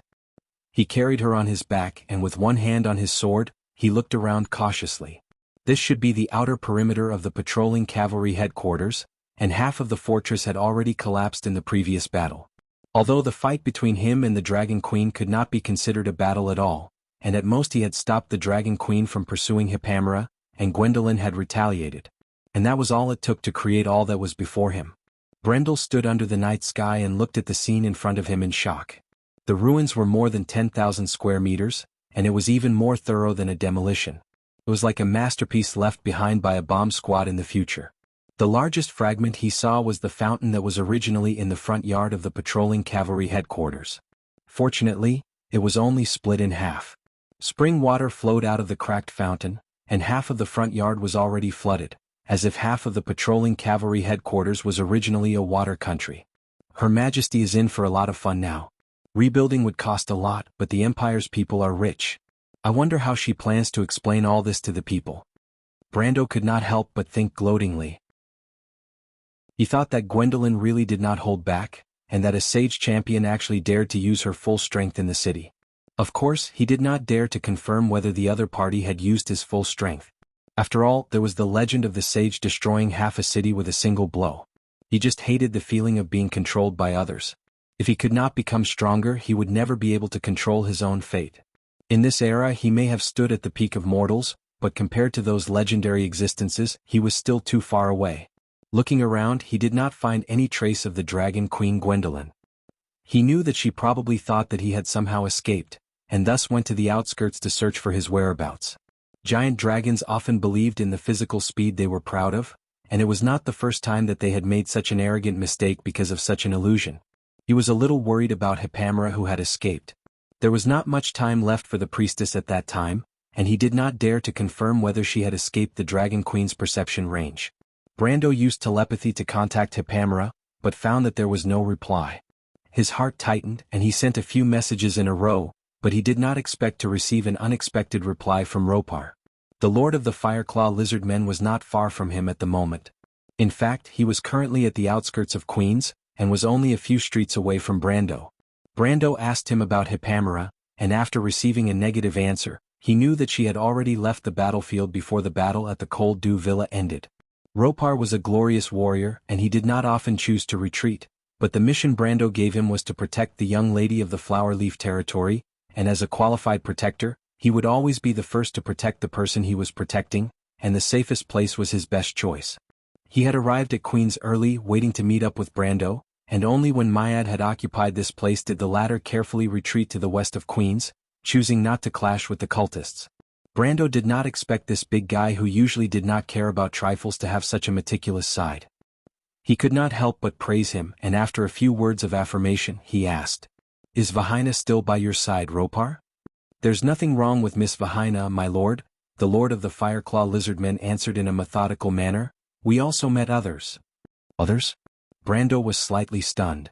"It's Lady Veronica and others." As they had met once in the Loop of Trade Winds, Ropar only knew Veronica, but Brando immediately understood from his words that Ropar had met Sydney and the others. According to what Medisha and Hipamera said, there should be another important person with them. He knew that it was a person who once commanded the winds and clouds in the history of the Empire. He and the former emperor had established the order of the Empire decades later, until their successor, the Silver Queen, completely destroyed everything. Regardless, this person could be said to be a person who once changed the entire world. He was the former Prime Minister of the Empire, the legendary Nydevan. Brando sighed softly. He did not ask why Sydney and the others had only arrived at Queens now, and only whispered to Ropar, "Ropar, tell them to wait for me where they are. Don't show yourself. Tell them that the Dragon Queen Gwendolyn is nearby, and wait for me to meet up with you." "Yes, my lord." Ropar did not ask who the Dragon Queen Gwendolyn was, and did not seem to care if Brando had the ability to reach them. He was like a true warrior, rigidly carrying out orders. But even so, this made Brando feel more at ease. At least among his subordinates, such as Mephistopheles, Andrique, the Shire, and even Miss Priestess, there was someone he could order with ease. Speaking of which, after he ordered Mephistopheles and the Shire to split up at the foothills of the Cold Dew Villa, he had not heard from them. Ever since he saw the Mother of Nightmares, Brando felt that the spiritual connection between him and his planeswalker had become difficult to maintain. The legends of the nightmares being able to control the spiritual network seemed to be true now. Closing the spiritual connection, Brando sighed softly. The cultists, the rioting citizens, and the corrupted Andesha and Myad. There was clearly the shadow of the tree herders behind all of this. Now that the nightmares had reappeared, and the Dragon Queen was swaggering outside, everything seemed to be coming together at once. What troubled times. The core of the Empire has all sorts of monsters popping out. He could not help but sigh. Brando's injuries were not light. The Dragon Queen's attack had broken at least 3 of his ribs, but it was thanks to his current physical strength. If it had been anyone else, even if they were at the peak of the law realm, they would have been smashed into meat paste. Such injuries more or less affected his movements. Although his life was slowly recovering under the influence of his innate ability, endurance, his broken bones could not be treated effectively. Furthermore, in order to not attract the Dragon Queen's speed, he did not dare to fly on the roof. He could only limp along the streets with Medisha on his back. He first left the patrol headquarters, and then advanced along an unknown alley behind the fortress. He had walked through this alley once a few days ago, and knew that it led to the Street of Swords. That was the closest place to Ropar. After walking on the dark street for who knows how long, Brando suddenly felt a soft breath on his neck. He was stunned for a moment before he reacted. Medisha. The Silver Elf Princess softly grunted in acknowledgement. "Put me down, my lord," she said softly. "Are you all right?" "I'm fine. I'm not injured. It's just that the spiritual impact has a huge impact on a spirit like me. But it's not a big problem.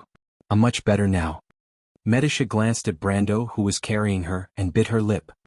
"My lord, your injuries are much worse than mine." Brando put her down, and the movement touched the wound on his chest. He could not help but grit his teeth in pain. Medisha hurriedly held him up and looked at him with her silver eyes. What's wrong? Brando was puzzled. Nothing. Medisha lowered her head.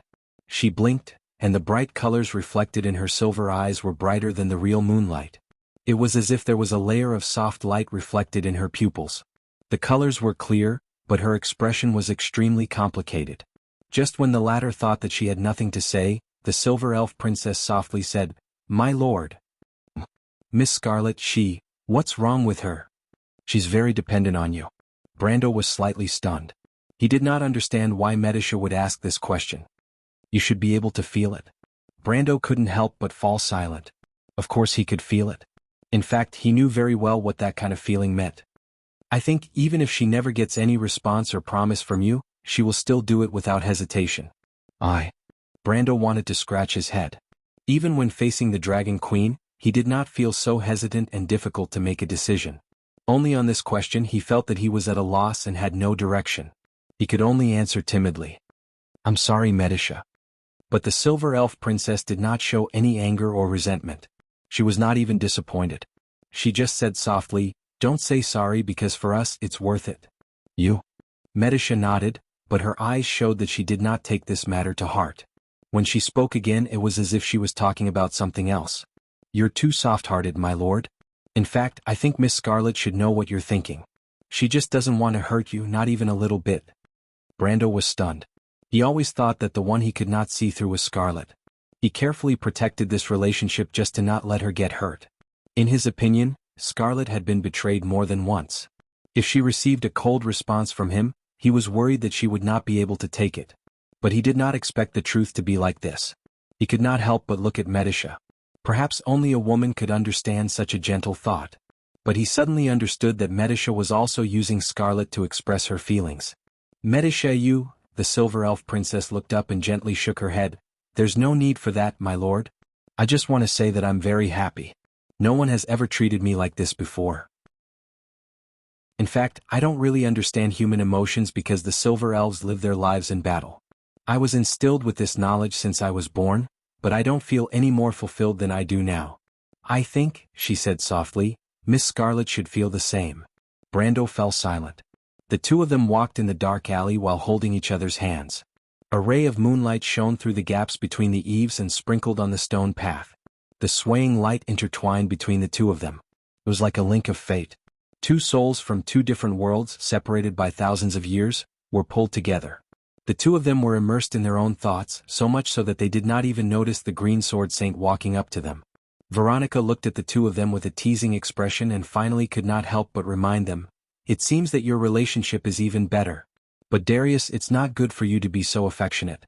My student also seems to care about you." Brando was startled and looked up in surprise.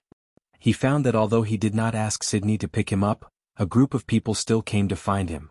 But his gaze first passed through the crowd, and what he saw was not the rigid face of the sacred maiden of the Leo Palace, but an old and solemn face.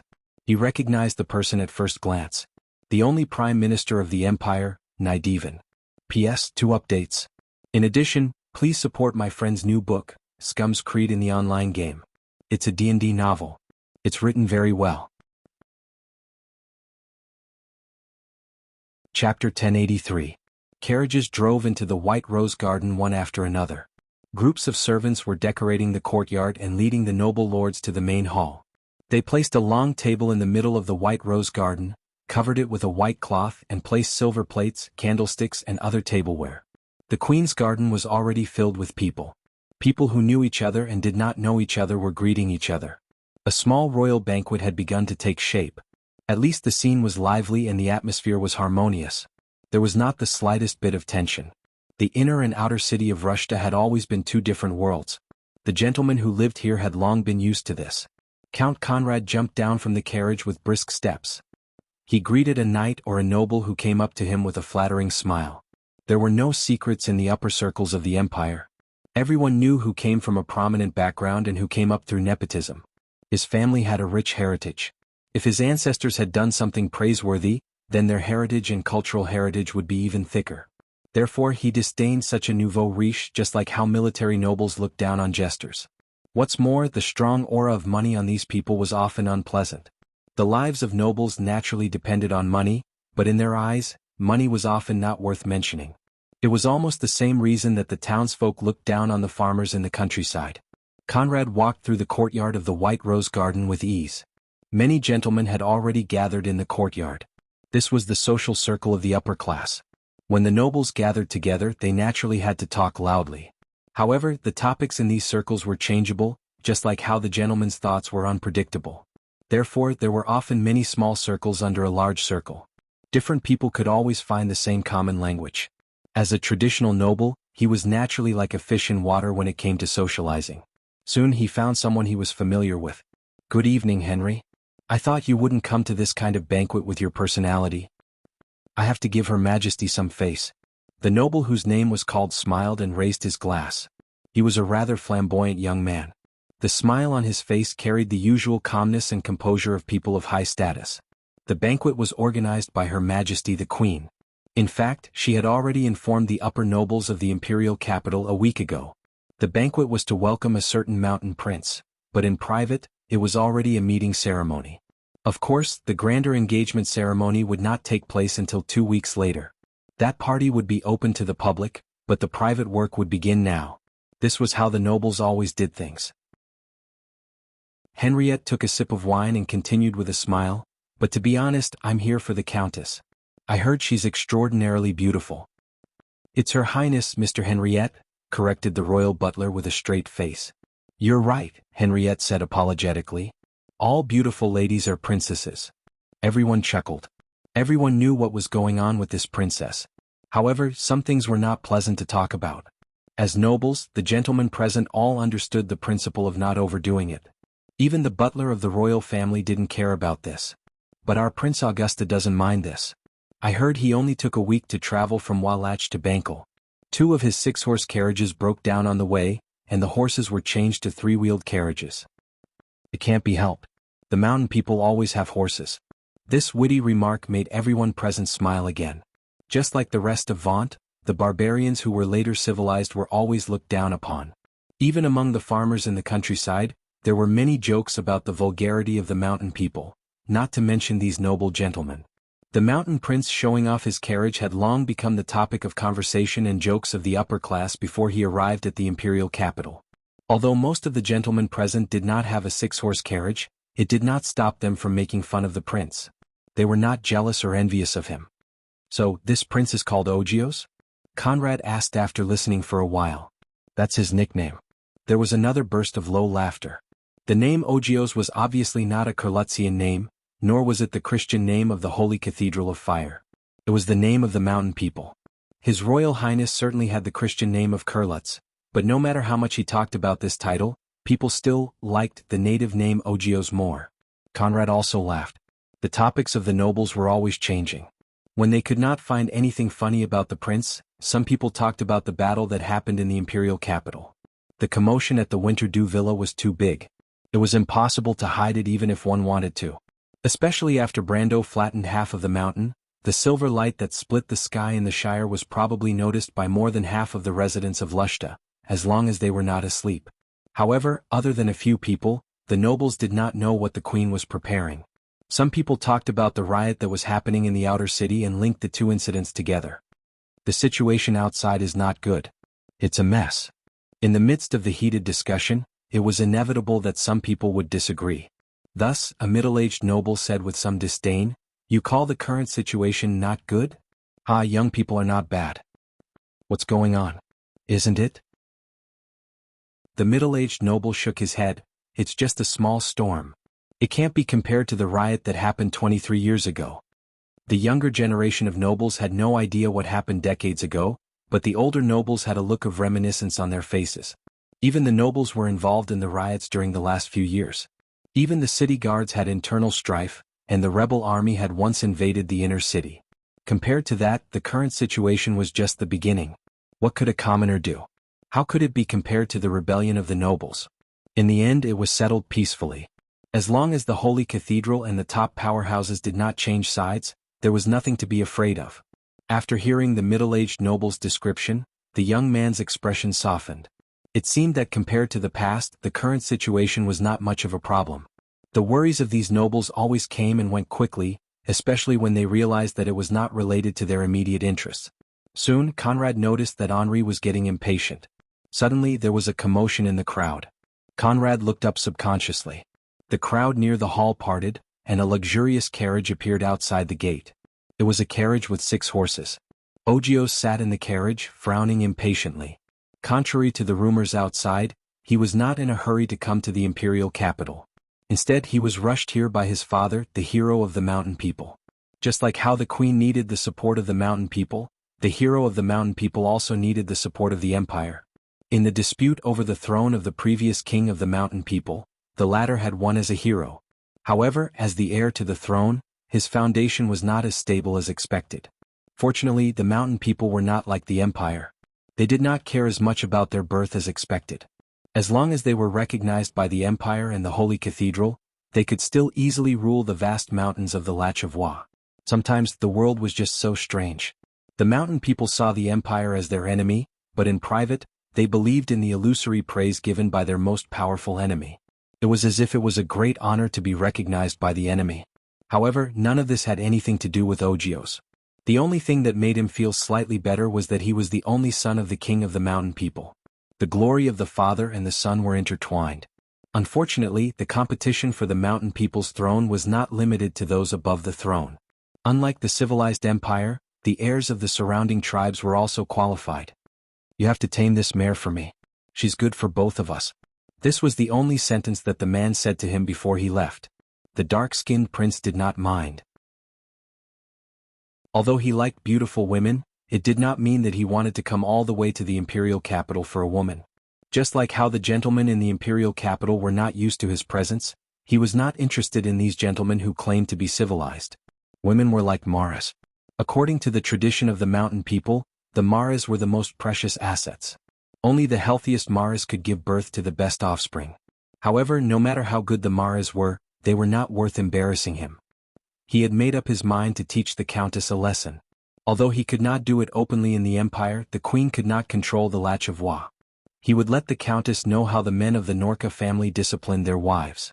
At this time, the servant opened the door of the carriage. Ogios tidied up his appearance before he walked out of the carriage. He thought that he would attract many disdainful or hostile gazes from outside the carriage. However, when he walked out of the carriage, he realized that no one was looking at him. He raised his head. Only then did he realize that the supreme emperor of the empire had appeared outside the hall. Everyone bowed their heads in greeting, and the whole courtyard was quiet for a moment. When the people looked up again, they noticed the girl beside the Silver Queen.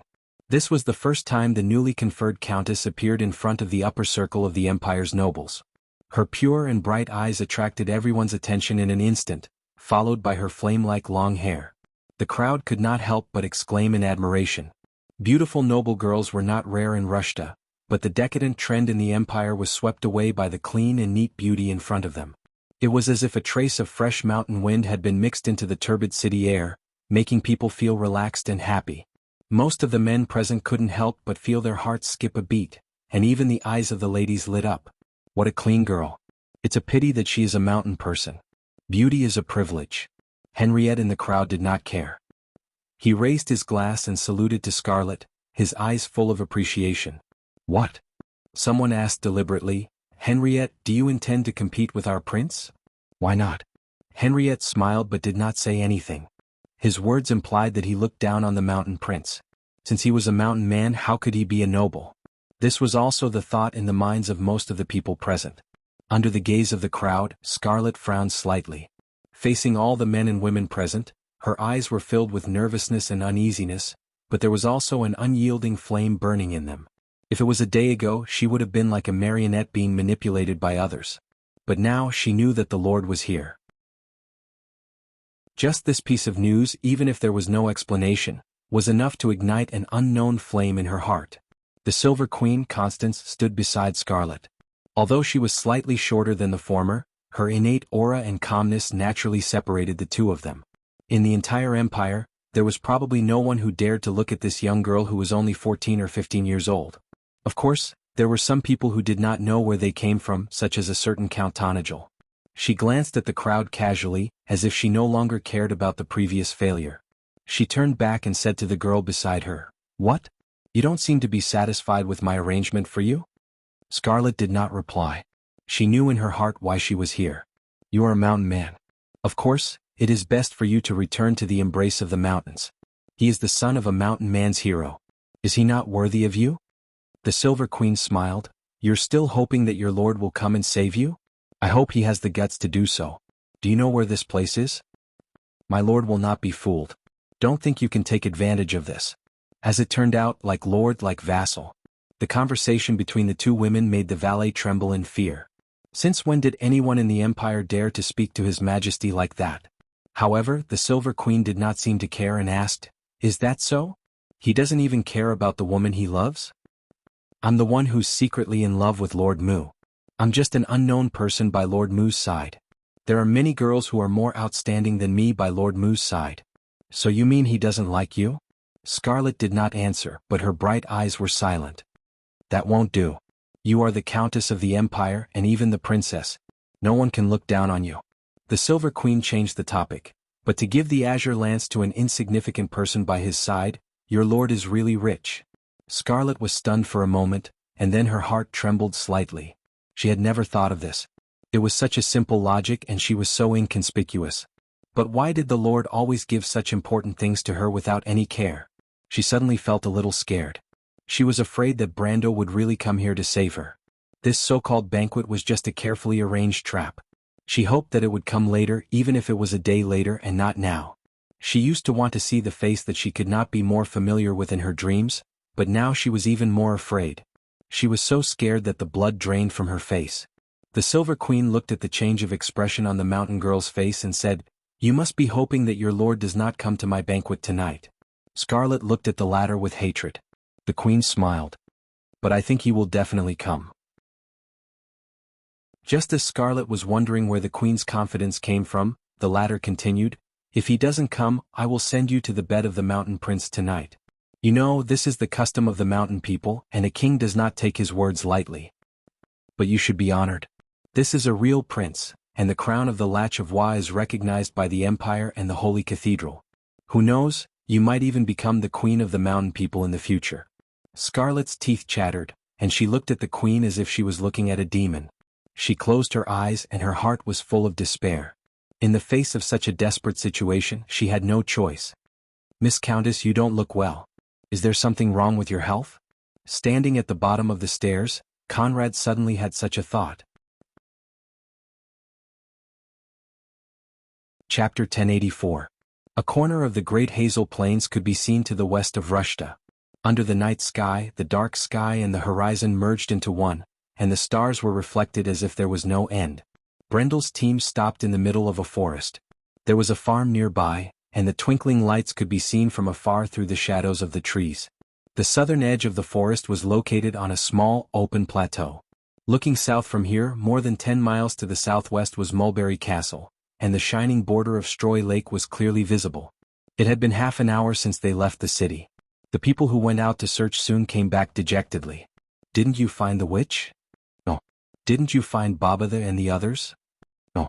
The Shire and the others are back. No. Brando asked one by one, but he got disappointed answers. Usually, if the witch had succeeded, she would have been waiting for them here. And even if the witch lied, Babatha and the others should have arrived by now. But in fact, the news was that there was no news from the two groups. Even the Shire and Hipamera were nowhere to be found. It was as if they had disappeared in the city. The existence of the Duans had disrupted the mental network near Rushta, and the latter had lost the last means of communication with her men. The situation was worse than he had imagined. Although he had known that the plan could have all kinds of accidents, this development was still unexpected. Fortunately, they finally found Ko Hua, who had been left outside the city in advance. When they bumped into the latter, the black-haired girl was sitting barefoot on a huge white wolf, reflecting the bright moonlight like a forest elf. Looks like you're in trouble. Ko Hua, as always, expressed pleasure in Brando's bad mood. She used to like to find joy in the pain of mortals, but now the fun was much less. Or rather, she had become picky about her food. Instead, she only tasted Brando's pain. But it seemed that the taste was not bad. Do you have any news about Babatha and the others? Brando frowned and stared at the she-wolf. They left you a message and asked me to pass it to you. Otherwise, how could you find me? Your sister is in my hands. Ko Hua's good mood was instantly ruined. He gritted his teeth and made a whining sound as if he was growling in a low voice. Tell me, what did they say? Your woman is still in the hands of the Silver Queen, but that which didn't lie to you. She was just transferred away in advance. Our information was leaked? I'm not the only one with bad intentions around you. Ko Hua sneered. There are plenty of people who can't wait for you to be unlucky. Of course, count me in. You mean Delphian? Brando's face sank. Impossible, she has no chance. Medisha is watching her. She didn't betray you, but she only needed to do nothing. What do you mean? In your dreams. Brando reacted. At their level of power, they could easily control their dreams. Therefore, the witch's spells to control dreams were meaningless to people with strong willpower. The latter only needed to prevent themselves from entering the dream easily. With Delphian's intelligence, she would have thought of this, but she never mentioned it. That was to say, when she entered the dream, the witches had already invaded the Cat and Beard Inn more than once. He and Medisha thought of arranging for old Kent to stay outside the inn, but forgot about this. He was silent for a moment, then asked again, Baba and the others only said this? They went after your woman. How long? I don't know about that. Ko Hua looked at him teasingly in turn. Hey, what are you going to do? Brando glanced at her coldly, without the slightest intention of answering her question. He returned to the crowd. The nobles of Cruz were originally very interested in Ko Hua, but since someone's arm was almost bitten off by the latter's black wolf, these people kept a respectful distance from this witch, and even a little more reverence for Brando, who could order her around. What are you going to do? After listening to Brando's statement, Prime Minister Nydivan asked the same question. Brando was almost stunned for a moment before he realized that Delphian was the granddaughter of this important person. However, the former was calm and low-key, and her words and actions contained wisdom, while the latter was obviously too far away. Although she was also smart, she was too sharp and made people afraid. Sometimes she was simply an out-and-out madwoman, an unpredictable bomb. Not only him, but also Her Majesty the Queen would not like such a person too much. That Supreme One would never tolerate the existence of such an unruly person within her scope of power. In this regard, Delphian's performance was obviously far less far-sighted than her grandfather. Politics was the art of compromise, not the arm wrestling of smart people. It had to be said that this young lady once again created a rather bad mood for him. It was probably because he saw this point that the old Prime Minister of the Empire took the initiative to ask. Although the Prime Minister had not shown any malice in their previous conversation, he had faintly revealed a respectful attitude towards him. Clearly, this was the common understanding of the upper echelons of the Empire. No matter what, the internal strife of the Empire was a matter of the people of the Empire, and outsiders were not to be interfered with. Not to mention Prime Minister Nydivan, who appeared humble on the surface but was actually incomparably arrogant on the inside. But no matter what, it was Brando who had helped these old fellows. Moreover, the latter could be said to have indirectly saved his granddaughter's life. The politicians of this era had not evolved to the point where they could renege on a debt. He stood up not only to return a favor to Brando, but also to make up for his granddaughter's mistakes. Brando thought for a moment. I have to save Scarlet. If Baba Shah and the others don't catch up, then I can only enter the city again. That won't do, Veronica interrupted before the others could speak. You underestimate Her Majesty too much, little one. Did you think that your arrangements at Frostdew Manor caught her off guard? Now it seems that she was only testing you. If you return to Rushta, you'll be walking right into a trap. Most of the nobles present had different expressions on their faces, but almost all of them expressed the same thoughts. It was obvious that they had escaped from the imperial capital with great difficulty, and no one was willing to return. Although they had escaped without encountering the Dragon Queen or Andesha and the other tree herders that Sydney and Veronica had mentioned, this did not mean that they would be so lucky to enter the city again. Moreover, the situation along the way was obvious to everyone. Rushta was probably in a mess right now. Who would be willing to step into danger again? Brando naturally understood this principle. For this operation he had used all of his trump cards, but there were still too many unexpected situations. In particular, the Dragon Queen actually dared to ignore the threat of the dragons and swaggered into Rushta. This greatly exceeded his expectations. If he had a 50% chance of success the first time he attacked Frostdew Manor, then this time, there was not even a 10% chance that he could kill his way into the city again. This was a gambler putting all his eggs in one basket. But he had to make a choice. Scarlet was not the only one trapped in the city. The Shire, Mephistopheles, Andrique and Hippamera were all missing. He could not leave any of his subordinates behind. Teacher? Vahina clearly saw the plight of the nobles. She looked at her teacher with pity. In her opinion, Brando was the one who saved the nobles. In order to achieve this goal, he had sacrificed so much and they should be responsible for it. At the very least, they should not show such a disregarding attitude. It was chilling. Veronica sighed and patted her student's shoulder.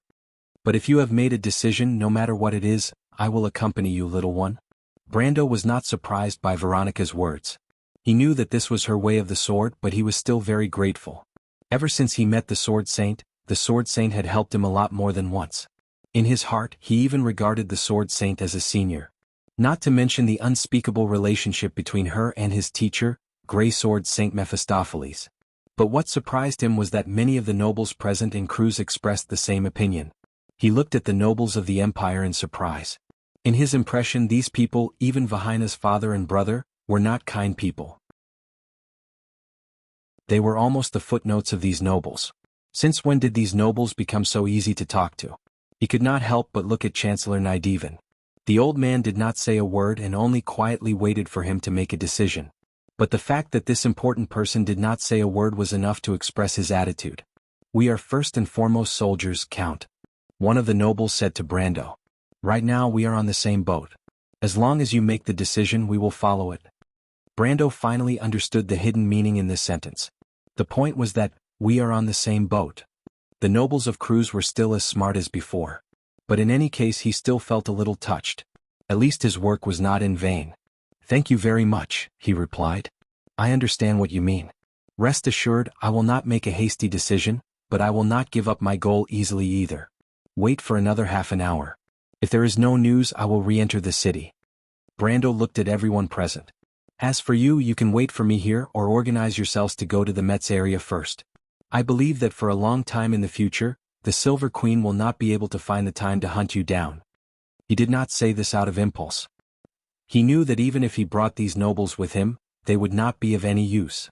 The combined effect of these nobles in the battle was not as important as Veronica. He might as well do them a favor. He could only choose to side with the eldest prince in this internal power struggle. Once these nobles returned to their territories, they would be potential allies of Erwin in the future. Now, this was all he could do for this ancient kingdom. And the rest was his personal affairs. Everyone was silent. Obviously, if there was a way to avoid death, no one would be willing to die. Brando's words touched all the nobles present. In the eyes of these upper-class imperial nobles, which a mere Count of Tanajil could not reach, this country bumpkin lord from Erwin had become a great person. They suddenly realized that there were such people outside of the empire who had the style of the ancient nobles. He was not afraid of danger, benevolent, tolerant, and responded with the greatest degree of loyalty from his subordinates. This kind of noble could only be seen in the most glorious era. Young man, Naidivan suddenly said slowly, I'll go back with you. Brando was stunned. He almost thought that he had misheard. Everyone in the Cruz area was also stunned. They subconsciously looked at the former Prime Minister of the Empire. Prime Minister Naidivan was a big shot. If one was not a citizen of the Empire, it would be difficult to understand. A few decades ago, the people of the Empire called him, our Prime Minister. This was an exclusive title that no one could use except for old Naidivan, not even the most famous Prime Ministers of the Empire. He single-handedly created the most concentrated and prosperous era of the Empire. If one said that he was a meritorious minister, he deserved it. If one said that he was a powerful minister, he could accept it calmly. In an era where the average political life of an imperial noble was less than 10 years, or to be exact, 8 years, Prime Minister Naidivan had been in this position for 53 years. Even until the death of the former emperor, he was still the latter's close friend. If there was a miracle in this world, then this was already a miracle. His power extended to every corner of the empire, but in the end he completed the transfer of power without using any weapons. He safely stepped down from the altar and handed over a prosperous empire to the Silver Queen and her successor. He could even enjoy the rest of his life. If history had moved in the direction that Brendel knew, and not become a mess like this, Brendel would have thought that history was going in the right direction. Would such a person be a hot-blooded and impulsive noble? Obviously not. Then the background of his words was worth discussing.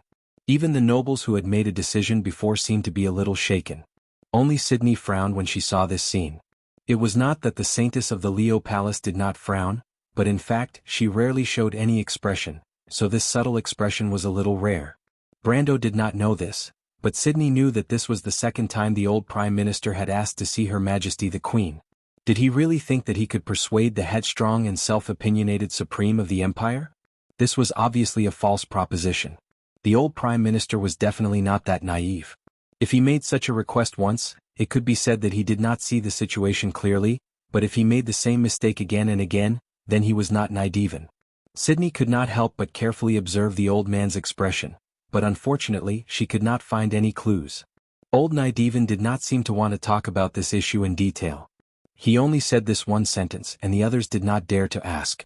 On the other hand, little Nydivan seemed to want to say something, but was suppressed by his father's stern eyes. Brando happened to notice this detail but he did not say anything. After thinking for a moment, he did not dare to answer any of the Prime Minister's words. He only replied, "Thank you very much, but no matter what, we will wait for half an hour first." Half an hour was not a long time. But at certain times, it was still long enough to make one restless. Chapter 1085. Time ticked by slowly as the nobles calmed down. Veronica took a map from Sydney and marked out a few areas with stones and branches. December Square and the surrounding areas are filled with rioting people. Every street from the south gate to the east gate is completely blocked by them. South of the Empress, we noticed a few guards confronting the advancing crowd when we passed by. In short, these places are not suitable to pass through. She explained as she gestured. After entering the inner city, there are Imperial guards guarding it. Even if there are problems with the patrolling cavalry and the city guards, these troops under the direct command of the Imperial family will still be loyal to their duties. There are also a few Knights of the Flame Kindred and a few monks of the Holy Cathedral stationed here. Even if there are high-ranking forces infiltrating, it will not be able to reduce their fighting power in a short time. She turned to Brando and asked, "How confident are you?" Brando shook his head and said truthfully, "Not even 10%. The night wind blew through the hills and the forest, rustling the corners of the map. The stones and branches that were pressed on it fell to the ground. Everyone present felt the deep chill of the night. Veronica did not pay much attention to the map since it was meaningless anyway. She looked at the young man Erwin with an indifferent expression, as if the answer to the question should be so. The female commander said, "Then at least you have to avoid the rioting people. They may be of help to you." "I'm afraid it will be difficult," Baron Huamet said at this time. He was the eldest son of the Duke of Flowers and Leaves and Faina's brother. He was a young man with regular facial features, thick eyebrows and big eyes, and had the righteous aura of a soldier. The current riot is far from the record of 23 years ago, not to mention the one in the year of change. "I'm afraid it will be difficult to affect the inner city." Everyone present fell silent. Obviously, they did not see the opportunity brought by the riot. However, Brando felt that it was not that simple. If the all-for-one was behind the rioting people, it would be fine, but the tree herders rarely returned empty-handed. Once they took action, they must be up to something. However, he did not voice his thoughts out loud. He knew that in this era, it was difficult for the nobles to distinguish between the factions of the cultists. Even a knowledgeable person like Veronica would often confuse the tree herders with all-for-one. He could tell the difference, but he could not explain why he knew so much about the cultists. It was a taboo topic, so he decided not to talk about it. The only one who was as calm as Brendel was the old Prime Minister Nydivan. The man who had once commanded the winds and clouds of the empire had become silent again after scaring everyone. He did not participate in the discussion and only watched quietly from the side. However, he was full of energy as if he was not afraid of the cold night. His narrowed eyes were always sparkling with vigor. Next to old Nydivan, Junior Nydivan hesitated for a moment before speaking. "Her Majesty has long known that there are cultists behind the riots. She did not ask about it, but I'm afraid she wants to kill them to establish her authority." Although he was called Little Nydivan, the current Prime Minister of the Empire was actually in his 60s. According to the lifespan of the Iron Folk of Vaunt, he was already middle-aged. Although he was not appointed by the Queen, he finally stepped down from the political position at the last moment. His understanding and speculation of the Queen's political intentions could be said to be the most authoritative among the people present. The political situation in Bankel is unstable. Killing people is indeed the best way. Veronica nodded. Only Brando frowned. As a person from a civilized world, he still could not accept the topic of killing civilians, although he understood that such a topic was nothing to the nobles. In nature, social animals often depleted their numbers to reach a balance with nature. The same was true for humans, whether through war or internal strife, especially in an era when expansion was difficult. The root of the unrest in the core of the empire was the cutting off of the supply line. Moreover, the war between Metz and the south of the Evergreen Corridor was not going to end anytime soon. In that case, they could only reduce the number of people consuming food. Lord Nydeven, what do you think? Veronica turned her gaze to the old Prime Minister. Old Nydeven sighed. Her Majesty wasn't like this in the early years either. Brando was stunned. He did not expect the former Chancellor of the Empire to say such a thing. The others were similar, but the old Chancellor's words evoked the memories of the older nobles, such as the Grand Duke of Mehodafen.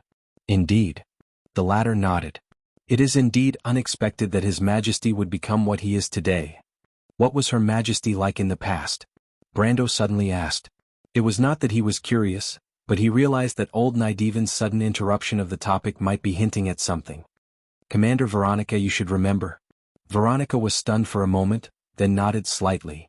Her Majesty used to be known as the kindest princess in the Empire, but that was during her time as a princess. I remember it clearly. The Grand Duke of Mehodafen smiled. At that time, we were learning noble etiquette in the Royal Griffin's Academy. Her Majesty often talked to us youngsters about the future and ideals. She was most concerned about the status of the Empire, but at that time she believed that the people of Cruz did not have to rely on war, but could also rely on commerce and development to seize prosperity and power. Yes, I was a staunch opponent at that time.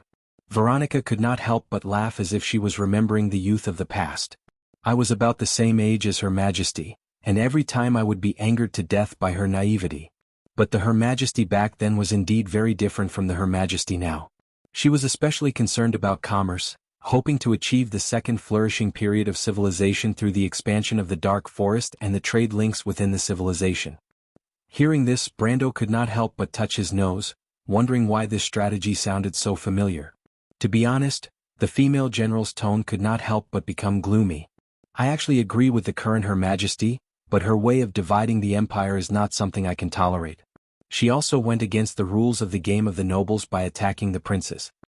At this time, Brando suddenly realized that he knew too little about the Queen of the Empire. In another period of history, she was just a transitional figure. During the period when she ruled the empire, she existed as a bridge between the two great emperors. Everyone knew that the Silver Queen was Constance, who sat on the highest throne. It was the most peaceful period of the empire, and the world was at peace.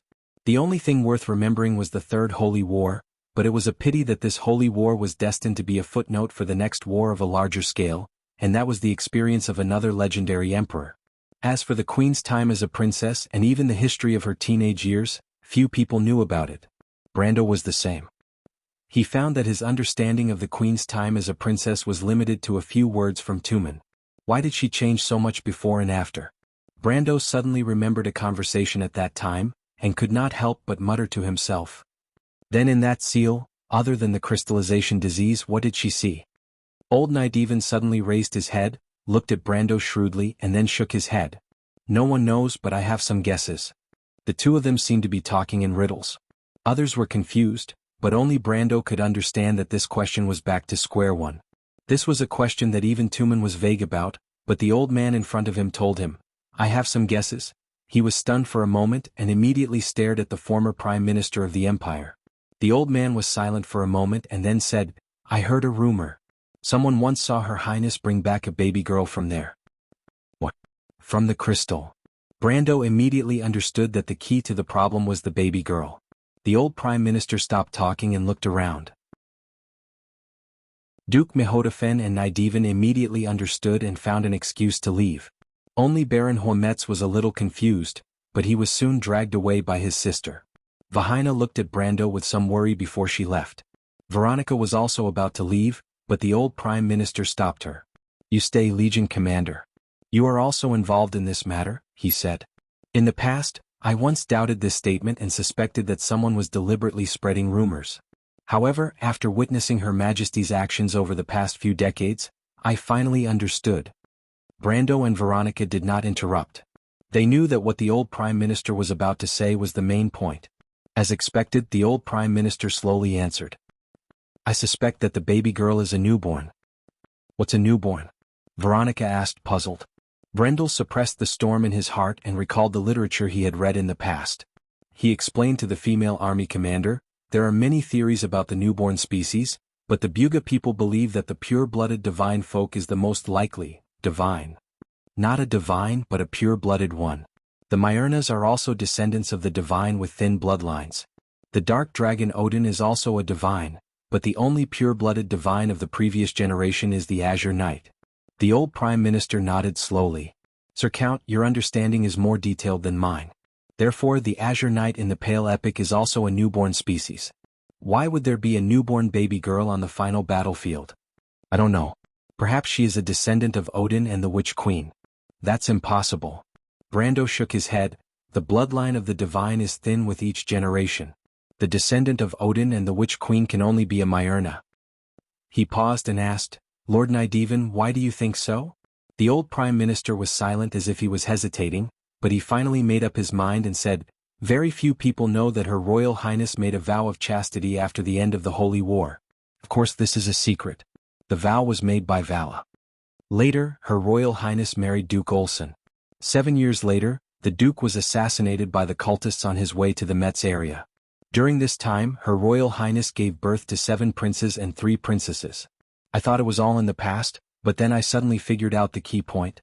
After having doubts, I secretly confirmed with Vala that Her Royal Highness had never broken her vow." "What?" Brando and Veronica could not help but exclaim. They had never heard anything more bizarre than this. "What about the princes and princesses?" The old Prime Minister nodded. "From then on, I began to have doubts. On one hand, I announced that I was going to live in seclusion and would no longer interfere with the internal affairs of the Empire. On the other hand, I secretly investigated and finally found some clues. I found that Her Royal Highness had been secretly supporting some well-known alchemists for the past 10 years. Her extermination of the cultists in East Metz and imprisonment of Myad was actually for the blood of God in the hands of the tree herders." "You mean?" "I suspect that Her Royal Highness is trying to recreate the newborn. Those princes and princesses are her masterpieces. Of course, she claims that these children are her own. Her marriage with Duke Olson is also a good cover. But in fact, there are people in the Empire who have been suspicious for a long time. After all, Her Royal Highness does not look like a woman with fertility." "Wait a minute." Brando suddenly felt a little creeped out. He could not help but think that the next emperor of the Cruise people was actually a cyborg. But he immediately realized that the eldest prince of the Empire was an exception because he was the son of Constance's elder brother. She had taken the throne from her elder brother, so she would eventually return the throne to her elder brother's bloodline. This was also one of the promises that the Silver Queen made to the dragon and the Empire's previous emperor. Nothing. He waved his hand, indicating that he was overthinking. The two looked at him strangely but did not ask. But Brando thought of another question. Since Her Royal Highness is trying to recreate the newborn, what is her intention? Where did the newborn that she brought back from the final battlefield go? He asked this question, but the old Prime Minister shook his head unexpectedly. "I don't know. Let's not talk about how the pure-blooded divine can be recreated with the power of mortals. I also don't know why Her Royal Highness is so stubborn. But the newborn that year did not fall into her hands in the end." "What?" "I happened to investigate this matter. The existence of the child was deliberately covered up. Only a few people knew of her existence. And among the 3 parties involved, I found a Mr. Pamid Anditel. Unfortunately, I was a step too late. By the time I found him, this gentleman had already been summoned by the Lord and had left ahead of me. I spent a large sum of money to buy all his notes from his widow. From the words and phrases in them, I learned the truth of the matter. I can be sure, Mr. Count, that it was your grandfather who helped Her Royal Highness at that time to cover up this matter.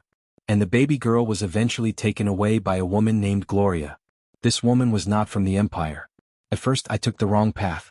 I thought that she was close to your grandfather, so I spent a lot of time on this, but to no avail. Later I changed my mind and investigated the people around your grandfather. Only then did I find out that this woman was your father's fiancée. And in the royal genealogy of the Kingdom of Erewhon, there happened to be a princess with this name." Chapter 1086. Princess Gloria. Brando remembered this name. The Shire once told him that this woman was Griffin's aunt. Princess Griffin also told him that she once had such an aunt who was her father's betrothed. He also remembered that the Shire's original words about this princess were, She may not meet you. In other words, this princess may still be alive. Is this princess still alive? She is still alive, the old prime minister replied with certainty. Someone saw her a few years ago near Bragg's. Near Bragg's. Brando's voice trembled a little. Where is she now?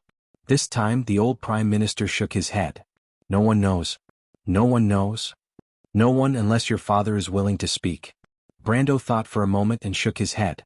Even if he could convince his father now, there was no way to contact the other party. He took a deep breath and then another, calming down. After a long silence he asked, Lord Nydeven, what does what you said have to do with our current situation? I think this is where the crux of the problem lies, so I must see His Majesty. I suspect that someone was behind this and deceived everyone. What do you mean? From Mr. Pamid's notes, it can be seen that what happened that day is not consistent with what people later knew. On the first night of the incident, there was no conflict between Her Highness and your grandfather. In fact, there were 3 people who went to the center of the fog and entered the center of the temple. Her Highness, your grandfather, and one other person is unknown. But later, in front of the Bugas, Her Highness's statement was completely different. Your grandfather was excluded from the incident, and the mysterious third person was also concealed. And as far as I know, it was this person who really gave the order for Her Highness to make a decision. Brendel was stunned when he heard that. What? He asked. In order to cover up the truth, but I suspect that this is not your Highness' original intention, because it would not benefit the Empire at all. The old Chancellor continued, and this is the answer to the question that Mr. Pamid has been searching for his entire life. Just like Mr. Pamid, I can't find any point of interest in this matter. Everyone's actions seem absurd and unfounded, as if someone is manipulating everything behind the scenes. At this point he stopped and slowly said, but recently I've suddenly figured out some things. Now I think I might have an idea of what to do. Sir Nydeven, do you mean that you can persuade Her Majesty? Veronica frowned and asked cautiously. If I can confirm that everything before our eyes is contrary to what Her Majesty has in mind, the old Prime Minister replied. Is that why you insisted on coming with us? Brando asked. The Prime Minister nodded. Then can we hear your conclusion? Veronica asked cautiously again. The old Prime Minister nodded and replied, I have been investigating Her Majesty for the past few years, and I found that she has been trying to find a way to find the little girl. This means that her efforts over the years have all failed without exception, and the most recent failure led to the death of His Royal Highness the 4th Prince. After that, Her Majesty stopped all actions, and the alchemists I contacted also disappeared one by one. What is she trying to do? Veronica asked. I don't know, but she must be up to something. But I suspect that the matter behind this is not so simple. On the surface, it looks like the Black Dragons are trying to revive the glory of Odin's era, and they are trying to lure Her Majesty to do this behind the scenes.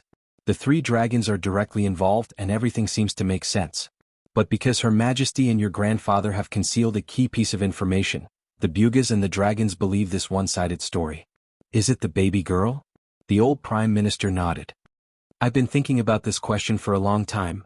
What prompted Odin to seal a newborn under the Holy Temple? The importance of the birth of a newborn to the Myrnas is self-evident. I've gone to many places, relied on many connections and read many documents in the hands of the wizards and the Holy Temple, but in the vast literature of the Myrnas, there is not the slightest record of the birth of this newborn. All the evidence points to the heavy mystery tied to this baby girl. The old Prime Minister's slightly squinted eyes reflected a deep light, as if he had witnessed the end of the Holy Cathedral of Fire's era with his own eyes, and he had personally placed the laurel full of glory on the head of Grand the Great. The old Prime Minister sneered and questioned. The strange thing is that the person behind all of this is turning a blind eye to this.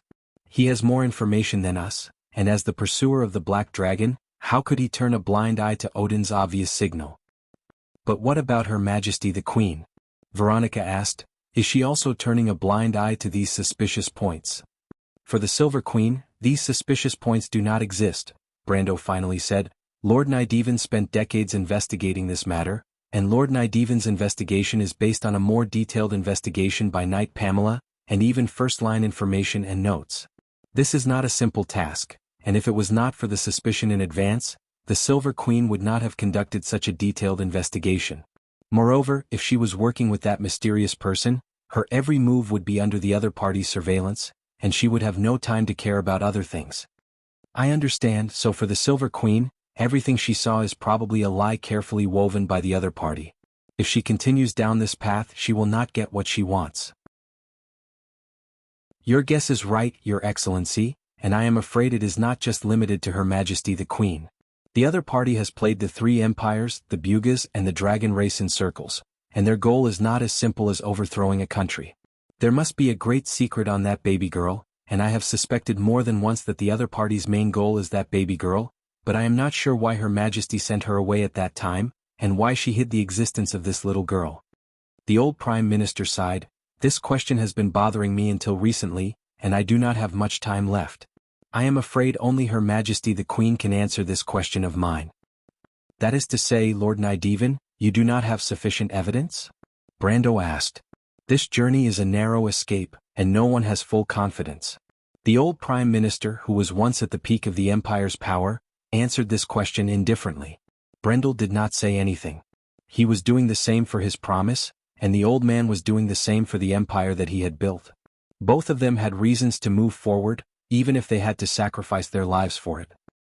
He looked at the old Prime Minister, who was already somewhat stooped, but in his eyes, he seemed to see the spirit and grace that once dominated tens of millions of people. Some people were born to accomplish great things, and their existence was a footnote to epics, and their corpses would become monuments, whether their enemies liked it or not. The three of them did not speak, but each of them already had a plan in mind. Brando was the first to break the silence after a moment, and asked, I wonder what Lord Nydevan's guess is about the other party? The old Prime Minister seemed to have guessed that Brendel would ask such a question and said, I have been investigating the cultists for the past few years, and I found out that contrary to the common knowledge of many nobles, the cultists are actually divided into many smaller categories. First and foremost, All for One and the Tree Herders are not the subordinates of All for One, and the disciples of the Black Flames are closer to the Tree Herders. The Tree Herders have 12 patriarchs. Apart from Andesha and Mayad, who are imprisoned in the imperial capital, there are also 12 patriarchs, including Funica, the envoy of sorrow, lord of the tainted blood, and Tiamas, the harbinger of death. These 12 are known as the 12 patriarchs of the Hydra, which is also the origin of the 12 patriarchs. However, the sea monster has 12 heads but only one body. This gigantic monster's body is called the Ring of Ashes. Ever since the Withering Druids split from the Ring of the World, this organization has been controlled by a group of fallen golden folk. I pursued the matter to the end, and finally found some information about its previous leader. It is a bone dragon and still lives near Osopal. This bone dragon had a long history when it was alive. It was a subordinate of the evil dragon Fuchsia, and on the surface, it was a member of the Black Dragons. It often incited the dragons to return to the glory of Odin's era, but it was later found to be related to the Tree Herders, and died at the hands of its own people. Since then, the dragons have been wary of the Black Dragons. It's a pity that the dragons underestimated this fellow. I have evidence to prove that it was not related to the Tree Herders, but was the actual leader of the Tree Herders in that era. It did not completely disappear after that, but escaped into Madara after turning into an undead. Of the 3 black dragons that infiltrated the Empire 60 years ago, at least one of them was a student of this bone dragon.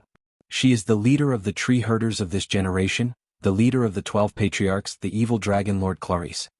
Brendel immediately had a clear answer in his heart. Dragon Queen Gwendolyn. Now that he had strung this lost bead together, everything became clearer than it could ever be. Why would Andesha and Mayad suddenly appear? Why would the situation in Rushta be so strange?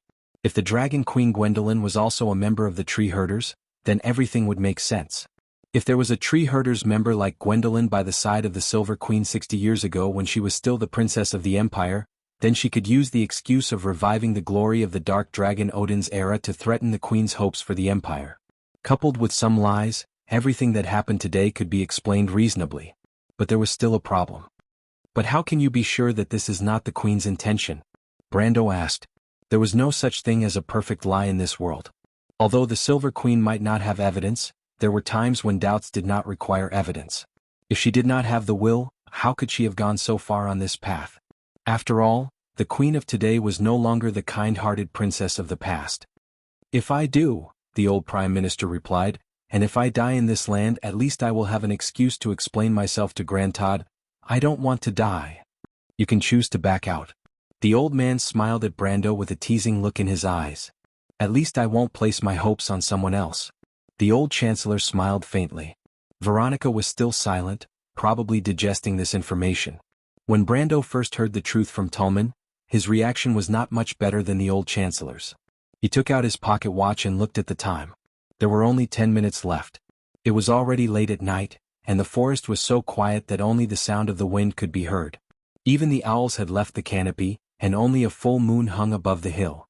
Ko Hua rode up to him on his white wolf and said, "There's someone in the forest." Before Brando could ask, the nobles were already in an uproar. "Who's there?" someone shouted from afar. Brando could not help but wipe the sweat off his forehead.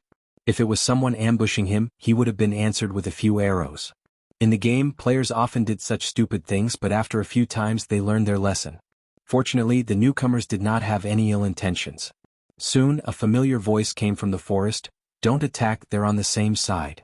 Brando's face relaxed when he heard the voice. It was the Shire's voice. The Shire and a few people walked out from the bushes. The young wizard servant walked at the front, and his body was covered in smoke and fire. When he fought with the Knight of Flame at the Cold Dew Villa, no wizards surrounded him. This could only mean that they had encountered a battle on their way here. The Shire was followed by Mephistopheles and Andrique. Both of them were covered in blood, which was even more telling. But looking at their condition, the blood seemed to be from the enemy. "Why did you arrive so late?" Brando asked with a frown. "There was a little trouble on the way. My lord, I couldn't contact you." "How is it, Miss Scarlet?" The Shire looked around and did not find any trace of the Highlander girl.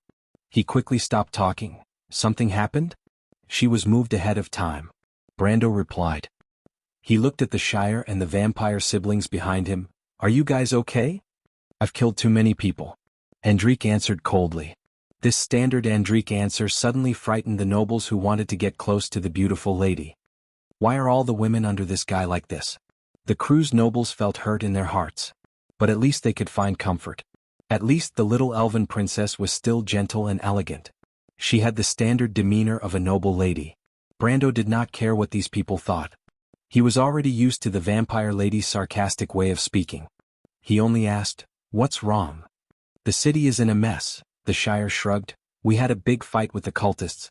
Oh, and we brought back a guy. If we want to go back to the city, maybe he can help us." One had to admit that out of everyone present, this young adept servant was the one who understood his lord's temperament the best. If he did not save Scarlet, then he would definitely kill 10 times in and 10 times out. Chapter 1087. "Who is it?" Brando asked. "A man from Cruz. He said he was looking for us. When we met this guy, he was being hunted down. We saved him from the cult." As Charles spoke, he waved his hand behind him.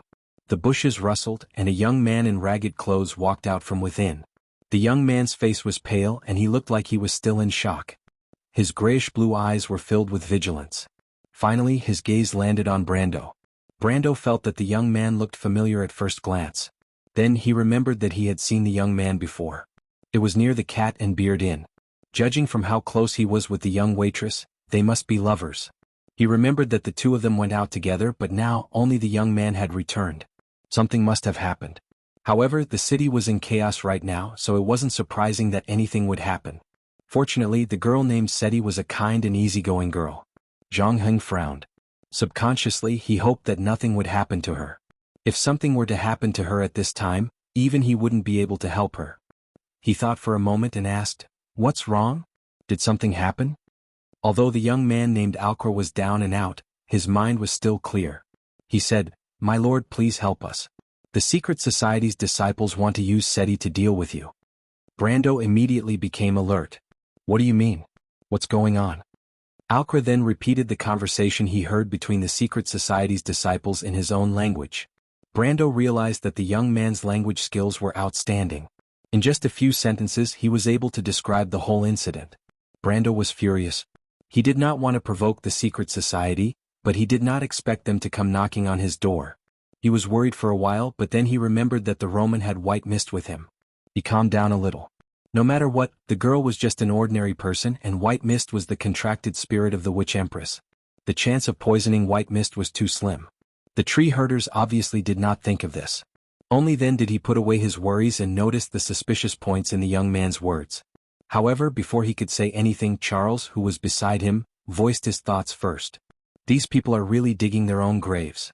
The Shire frowned. Fortunately, the Roman lady had white mist with her. Otherwise, the consequences would be unimaginable. But how did they know the relationship between the Roman lady and my lord? Alcro was worried about Seti, but he knew that both of them were responsible for this incident. He hesitated for a moment before replying, "I'm sorry, Seti and I told them. The conclave has many informants in Rushta and most of them are ordinary people like us. We only told them that there were guests in the inn, but we didn't know that the young lady was your fiancée." Old Nidevan, who was watching from the side, suddenly spoke.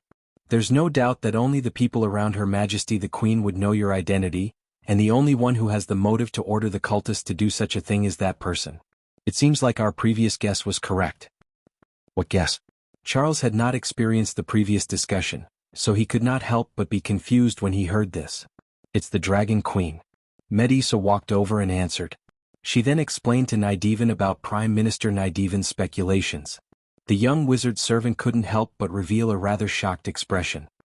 He pondered for a moment before saying, "It's that baby girl from back then?" "What did you say?"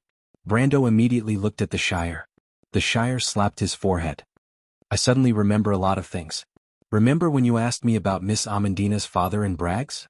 I suddenly remembered that I was looking for something just like them." "What is it?" "Are you Mr. the Shire?" Brando and old Nidevan asked at the same time, but old Nidevan was obviously more confused. He looked at the Shire carefully. "Why are you still so young?" The Shire did not answer the question. Instead he continued, "Perhaps it's the answer to a question. It's like a clue scattered in my mind. I often remember looking for something in the Alcala region, but there's no systematic answer.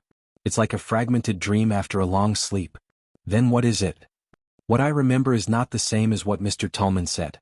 I remember that your grandfather and the princess brought back a baby girl. That baby girl was wrapped in a piece of bright amber. That night only Shippard, Pamid and I witnessed it. That's right, Shippard is Miss Amandina's father.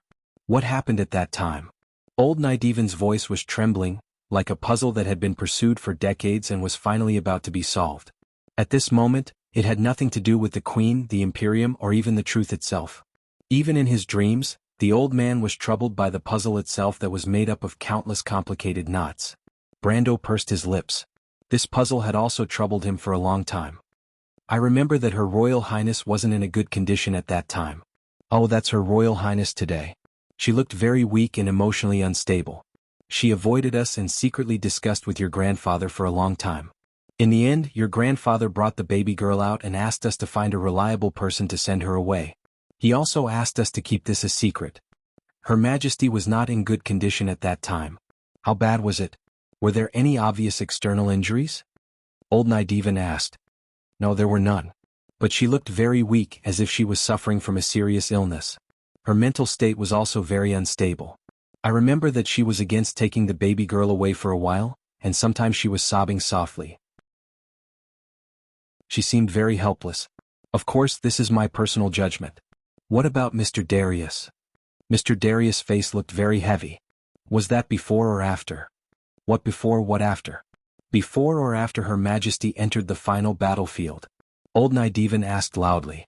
The Shire looked at the former Prime Minister of the Empire strangely and replied, "Of course it was after. They brought the baby girl out from there." "Before that, how was Her Majesty?" "Very good. There was nothing wrong." Old Nidevan took a deep breath and seemed to be a little hesitant. The others were far away and did not understand what was going on. They thought that they were arguing. The sound of the argument spread far away. A few stray dogs were wandering around the edge of the forest. When they saw the crowd, they ran away with their tails between their legs. Someone saw a fire in the direction of Rushta. The stars lit up the dark night sky. The air was filled with the smell of dryness and burning. "Are you sure that the baby girl was wrapped in amber, the Shire?" Brando asked. The Shire nodded. "What happened after that?" "We found a reliable person in the Alliance. Your father's fiancée, Princess Gloria, who was serving as the envoy of Erewhon in the Alliance at that time, entrusted her to bring the baby girl back to Erewhon overnight." "What happened after that? Did you see her?" "Later, when I returned to Erewhon, I saw her once. It was about 3 years after the Holy War in a small town near Randner." "What about the baby girl?" The Shire shook his head. "I did not ask and she did not say. I only asked her some things about your grandfather." "Some things about my grandfather?" "Yes." 4 days after we sent the baby girl away, the Bugas and dragons arrived. Her Highness' attitude was very cold, and what she described was completely different from what happened at that time. This meant that your grandfather had to take the blame for her. The three of us who knew the inside story did not understand. We asked your grandfather about it, but he was not willing to say more. You know what happened after that? The young wizard sighed. For the next few decades, the three of us have been searching for the answer to this question. Now it seems that the one closest to the truth should be Shipperd, but he died too early. Brando looked at him deeply and replied, "Perhaps you are the same, the Shire." The Shire paused for a moment before he reacted, "Perhaps, my lord." Brando looked at the old Prime Minister beside him. The old man's face was a mixture of confusion and contemplation. "I seem to have grasped something, but I always feel that there is a layer of window paper between us. This feeling is really uncomfortable." The latter could not help but shake his head. "No matter what the truth is, we have to be on our way. Perhaps when we meet Her Highness, we will be able to answer the last question in our hearts." He glanced at the burning city of Rushta and gently closed the form in his pocket watch. At this moment, Alcra, who had been staring at little Nydivan beside old Nydivan, suddenly asked carefully, "You are the Prime Minister?" Little Nydivan was slightly taken aback. Not many people around his father would address him that way. But when he saw the latter, he immediately understood. In the entire empire, there were not many people who could associate him with the title of Prime Minister of the Empire. But in Rushta and the surrounding areas, there were still many who could recognize him. He nodded silently. Alcra could not help but look at the others present. He could not recognize many of these nobles.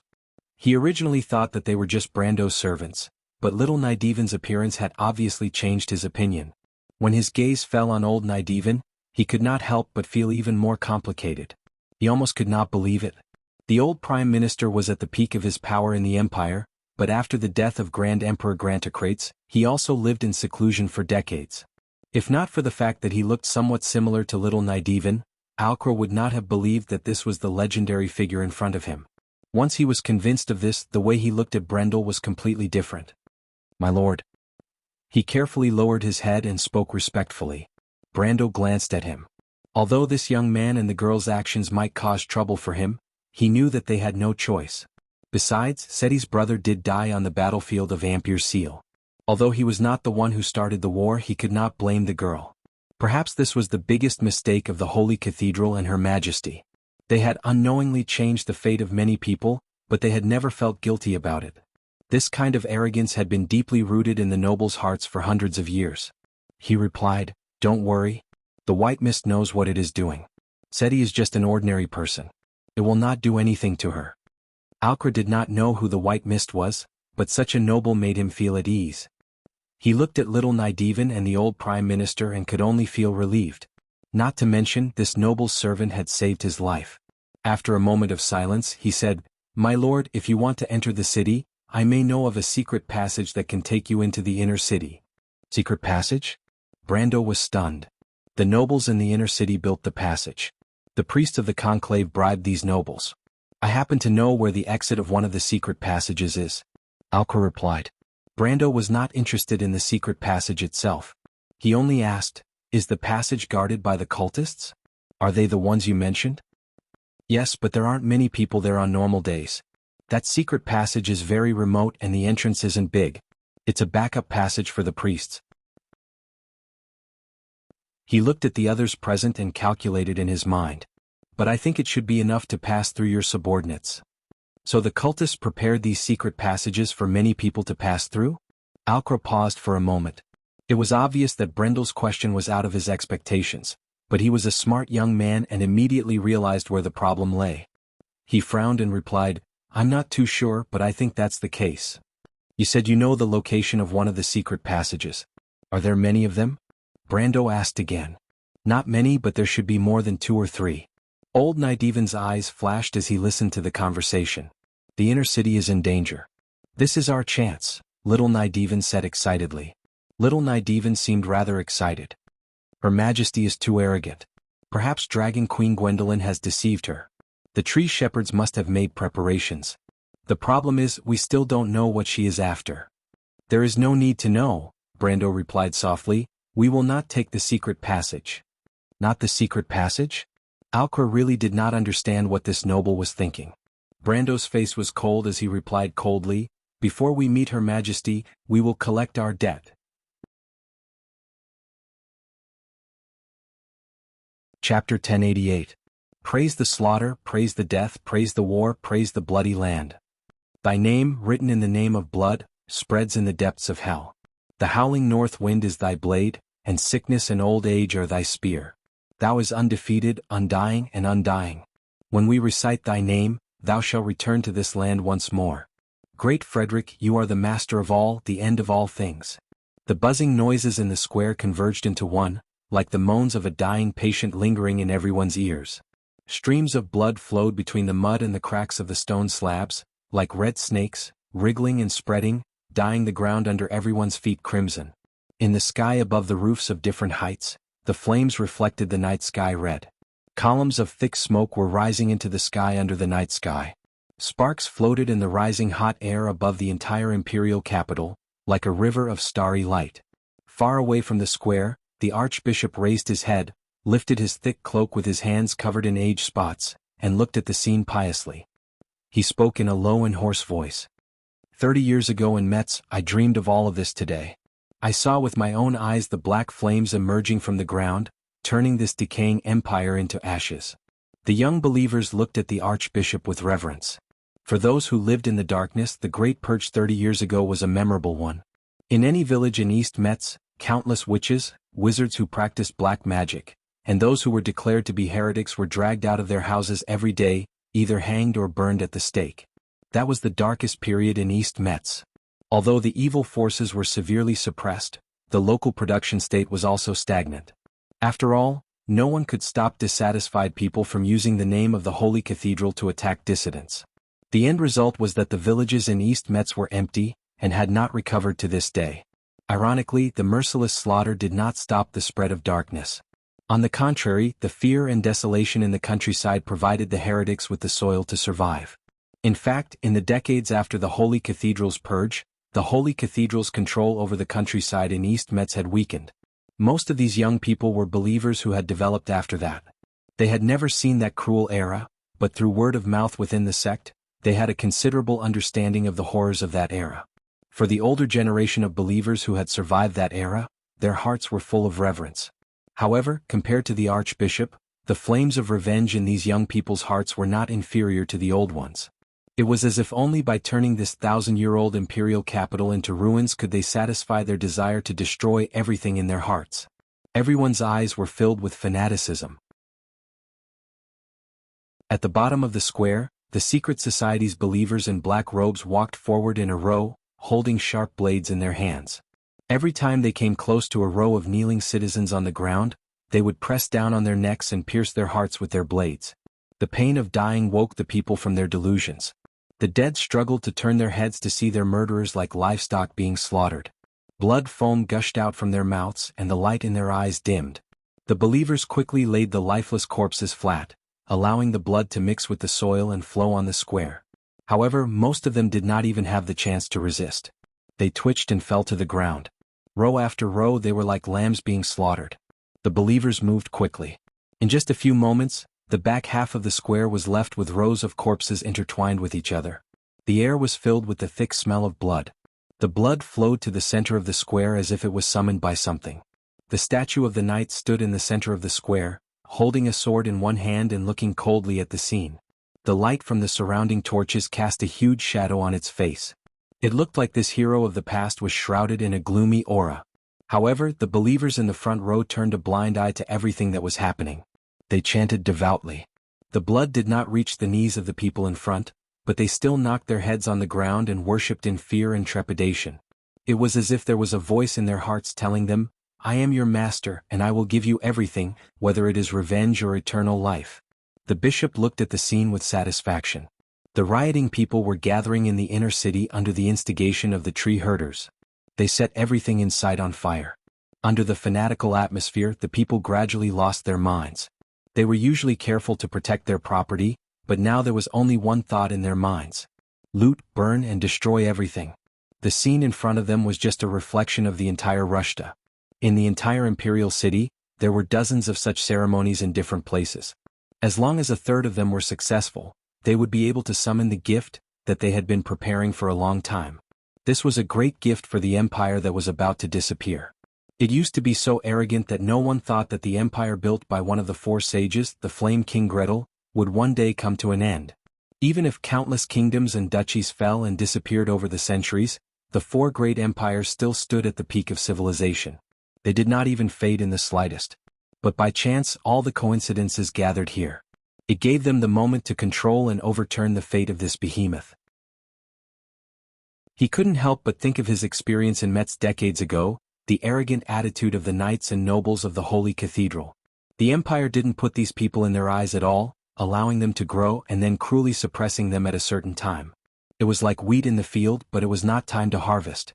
When the nobles saw their colleagues being hanged, their gazes were no different from looking at wheat that had been cut down. It was the same understatement, and there was even a tinge of appreciation in their gazes. It was such a gaze that deeply hurt him. The bishop looked at the direction of the square one last time. He saw a pool of blood gathering in the center of the square. It was so viscous that it looked like a mirror. Many crimson, twisted monsters with wings were struggling in the pool. Thick blood covered their bodies and connected them to the blood pool. They looked like embryos in the womb. They were so ugly that it was nauseating. He knew that the son of the evil god had arrived. The disciples of the Black Flame and the tree herders were everywhere in Wonde. They worshipped the power of distortion. It was not chaos or the demons but the evil god. The question of whether the evil god was a god or not had been debated by scholars for thousands of years. However, these horrible and ugly existences were indeed part of the gods. They were born from the blood of the gods. No one knew who created them or what kind of intentions they had. However, since the day these horrible and twisted monsters were born, it was as if they were cursed by all the malice and hatred in the world. They were crazy and irrational. They worshipped killing and cold death. They were powerful and strange. It was as if their mere existence made the world uneasy. Because of this, when the evil god was born, they were deeply sealed by the gods. Only a few of their descendants were left behind on the earth. They were called the oracles. The most famous of these was the evil god born from the blood of the gods, the demon tree Finlidos. Its descendants, the golden demon tree, were deliberately cultivated by the tree herders. They were spread all over the world. That was how the name of the tree herders came about. The followers of the tree herders, the disciples of the Black Flame, worshipped the power of these strange creatures. However, for a long time, they were still very far away from obtaining this power. The weak oracles seemed to be the limit of the power of mortals. Since the War of the Holy Saints, no one had ever been so close to a true god. Even if it was an evil god. The debate among the scholars seemed to have come to an end in the capital of the Cruz people, Rusta. He pulled down his cloak again and muttered to himself nervously. "Beg for mercy, but I won't give you a chance." There was nothing more delightful than watching an enemy that was once so powerful that it was terrifying groaning in front of him. He wanted to see what kind of expression those insufferably arrogant fellows in the inner city would have when they were about to die. He casually turned his head and said to the people around him, "Have the people we sent to the Cat and Beard returned?" The young disciples asked each other this question and soon received a negative answer. This answer made the bishop frown. It was as if they were so powerful that even the empire had to kneel down in front of him.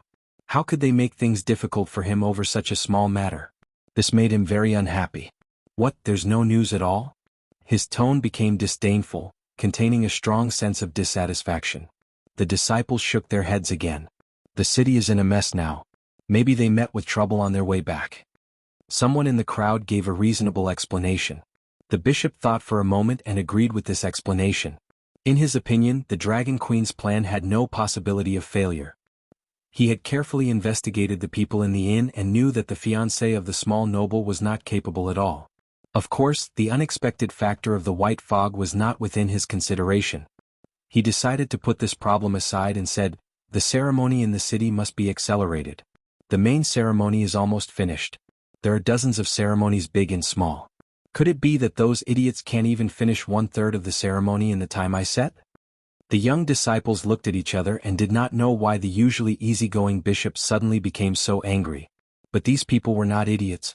Soon someone suggested, "Maybe we can contact them?" The bishop thought for a moment and nodded. They rarely contacted each other in private because they were afraid of being discovered by the ubiquitous witches. But tonight there was no such worry. At this time, the self-righteous Her Majesty Queen could not even take care of herself. The young disciples immediately took out a communication crystal and carefully connected it. Then they respectfully handed it to the bishop. "Whose crystal is this?" The bishop turned around and asked. The light of the torch cast a thick shadow of the hood on his face. It was as if there was a deep scar hidden under every wrinkle. "It seems to be Dennis's. That's the ceremony on 9th Street. The bishop held the crystal in his hand and asked calmly, "Is it Dennis? Please reply if you hear me." The crystal was silent for a moment. Then it lit up slightly and a voice came from above. "I hear you, but I'm not Dennis." The bishop was almost stunned for a moment. Everyone present was also silent for a moment. Then the bishop said in exasperation, "I don't care who you are. Get Dennis to talk to me immediately." "I'm afraid that's a little difficult." The voice from the crystal replied with some difficulty. "What's so difficult about that? Where is he?" The sound of rummaging came from the crystal. Then the voice replied, "It's like this. I don't know that the corpse at my feet is the person you're talking about. Why don't I send them over and you can identify them one by one?" The bishop held the communication crystal in his hand. It was so quiet that you could hear a pin drop. Who are you?" "All right, I forgot to introduce myself." The voice from the crystal replied, "My name is Brando. I don't care if you know me or not, but you'd better wash your neck and wait for me to kill you." But the crystal fell to the ground. As everyone looked at each other, the bishop could only feel a ball of anger quickly gathering in his chest and burning fiercely. It felt as if he had just obtained unparalleled power. Even the powerful empire did not dare to touch his edge and had to bow before him, but a group of clowns just had to jump out to test his strength. He did not care about the other party's name at all. He only subconsciously thought that they were just a group of crazy nobles who wanted to prove themselves in front of Her Majesty the Queen. He could not help but laugh in anger. These people really want to be famous. Fine, I'll wash my neck and see how they're going to kill me. But unfortunately, this group of crazy people only seemed to treat it as a joke and did not really intend to kill him. But what they did next made the bishop feel even worse than if he were killed. Under everyone's gaze, in less than a quarter of an hour, the communication crystals on the ground lit up one after another. And every time it lit up, there was an unfamiliar voice announcing himself. Then he told them, "Honorable sir, your subordinate unfortunately died in my hands. But I promise you there will definitely be a next time." The bishop's face went from red with anger to green with anger. But after a few times, the faces of the people present began to show signs of turning from black to white. This was because they realized that in less than half an hour, more than 7 ritual grounds were attacked. From the reaction of the crystal, there were no survivors. It was only now that the bishop realized that the other party was not some crazy young man. This was definitely a revenge organized by some party after they reacted. Unfortunately, this revenge was so swift and heavy that it almost made him tremble. He could not help but tremble a little as he asked, "How many people did we lose?" In fact, he was more concerned about how many ritual grounds were still in operation. For a moment, he almost thought that the organization's meticulous plan had failed in his hands. Chapter 1089. Plop.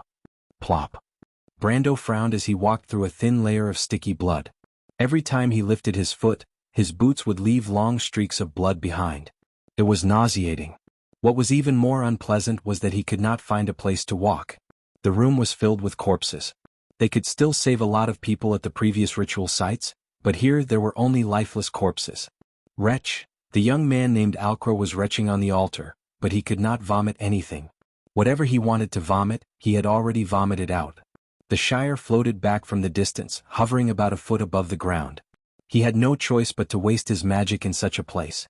Otherwise he would not be able to walk as fast as Brando. Not a single one of them is breathing. These people are simply professional killers. Even the butcher knows to pray to Mother Marcia before he kills them. He shook his head as he spoke. He had a new understanding of these cultists. Actually, most of them died from excessive blood loss.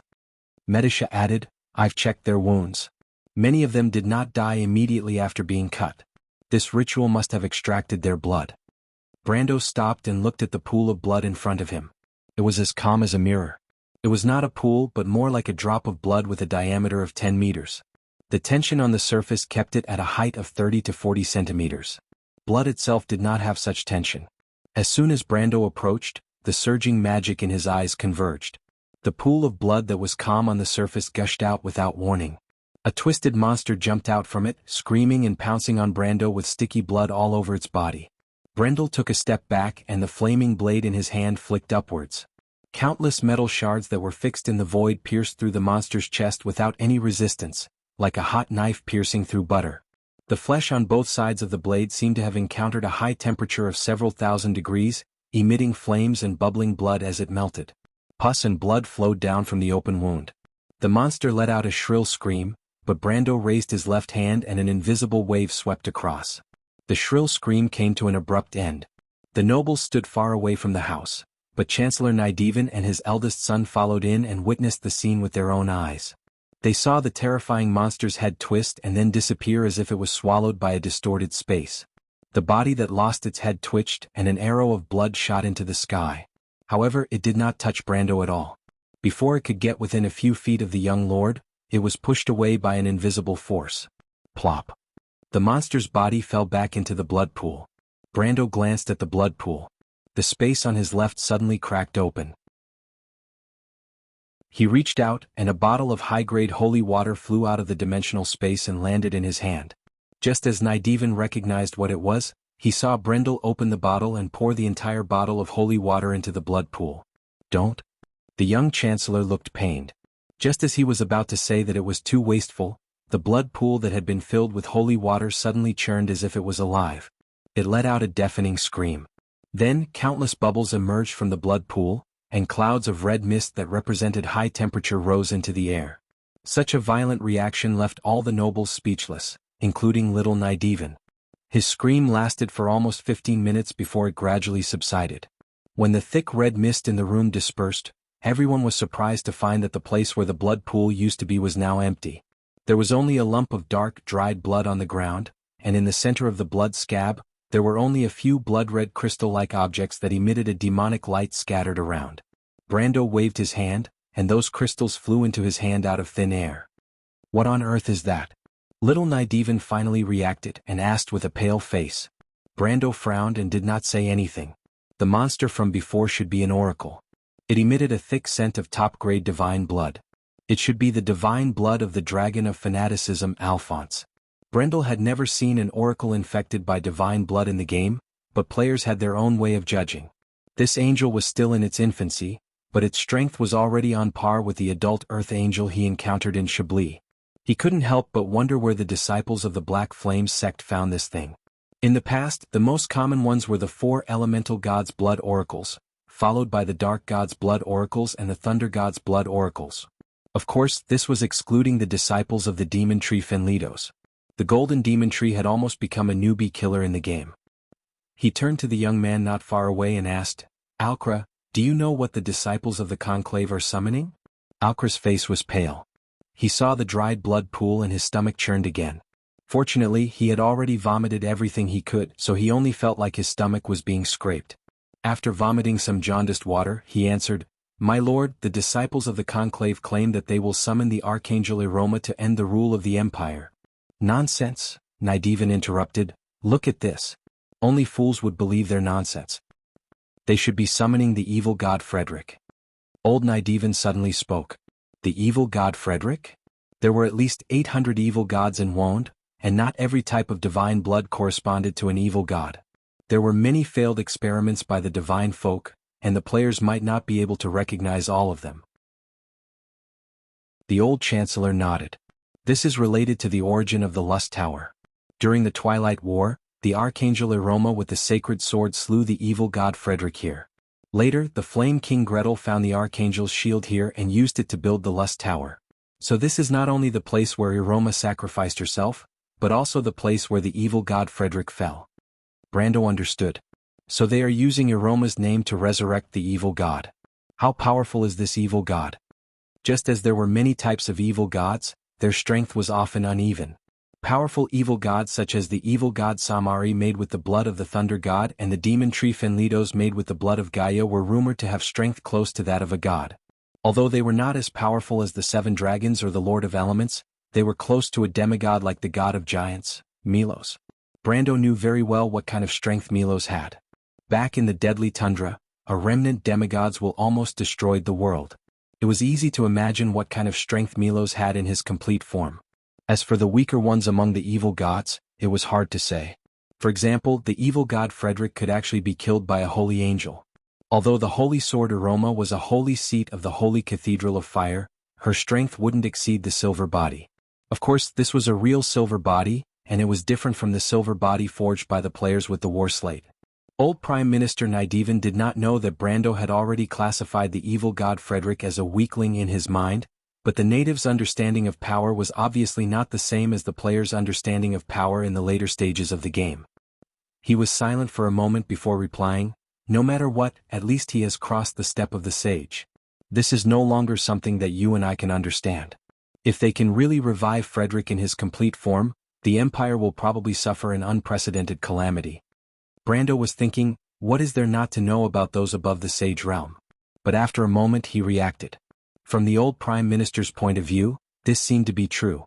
What kind of concept was it to cross the sage realm? The proud silver folk, the sorcerer kingdom that dominated everything above the floating clouds. Among the dozens of sorcerer leaders in the past 1,000 years, only William and Solomon were rumored to have crossed the line between man and God. But in reality, William was only at the peak of the sage realm in this era. Moreover, the arrival of the great demonic wave had a greater impact on the lower levels, and the impact on the upper levels was negligible. So, even after the Year of Sparks, William was still unable to cross the line between man and God. Solomon, on the other hand, did indeed have the strength of a silver body. The god of mages was not a rumor, or else he would not have been able to dominate the Silver Alliance for thousands of years. As for the more powerful giant dragons, only 2 of them had crossed the line between man and God in thousands of years. They were Woned and Taus Kratz. The former was known as Woned, who was close to becoming a god, and was seen as the successor of the next dragon god. Once her golden body broke through to the power of existence, she would be the first new god after the departure of the god of Woned. The latter was the hero of both giant dragons and humans, the sky dragon Taus Kratz. This title explained everything. His golden body was slightly weaker than Woned's, but it was still at the level of a demigod. These 2 dragons were the only 2 demigod dragons left in the entire giant dragon race. Therefore, once one crossed the sage realm, it would be after the holy realm.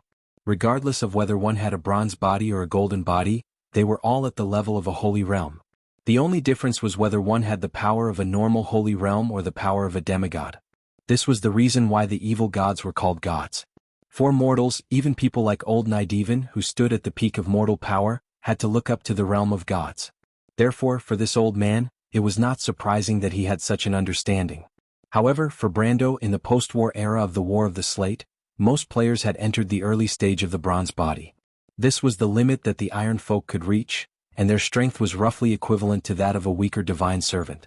However, the players, or rather the game version, took a different approach and used the war slate to simulate the power of the superior laws, allowing players to awaken the silver body. This silver body was still a distance away from the real silver holy realm, but it could still reach the level of the bronze body middle stage, and it could also gain some abilities that the bronze body middle stage did not have. For example, Brando was immune to all dark energy and negative corrosion. This was something that the bronze body middle stage did not have. With this experience, players had killed real demigods more than once, such as in the war against Ekis. Therefore, they were not afraid of the so-called demigods, let alone the evil god Frederick. However, Brando also knew that if the disciples of the Black Flames really resurrected the evil god Frederick in this era, it would be a big problem. Fortunately, this was the Empire. Brando thought for a moment and replied, "We've destroyed a lot of ritual places along the way, so we should be able to disrupt the arrangements of the disciples of the secret society. But I can see that such places are scattered all over the Lushta Star, and we can't spare the effort to uproot them one by one. This is just a small lesson. I have plenty of time to settle the score with the tree herders. Our main goal now is to head to the White Rose Garden." Old Nydivan nodded. He knew very well that Brando only attacked the cultists for revenge, and there was no reason for him to help the Silver Queen solve her current problem. After spending some time together, he more or less understood the temperament of this Count from Erewhon. He did not have any objections to this. The old Prime Minister had been able to stand tall in the eye of the storm precisely because he knew when to stand firm and when to compromise and give in. If the disciples of the secret society can summon the evil god, why didn't the Empire summon the Archangel Eroma to deal with them? Alcra suddenly asked. It's not that simple. Young Nidevan shook his head. The cultists chose to use sacrifice to resurrect Frederick.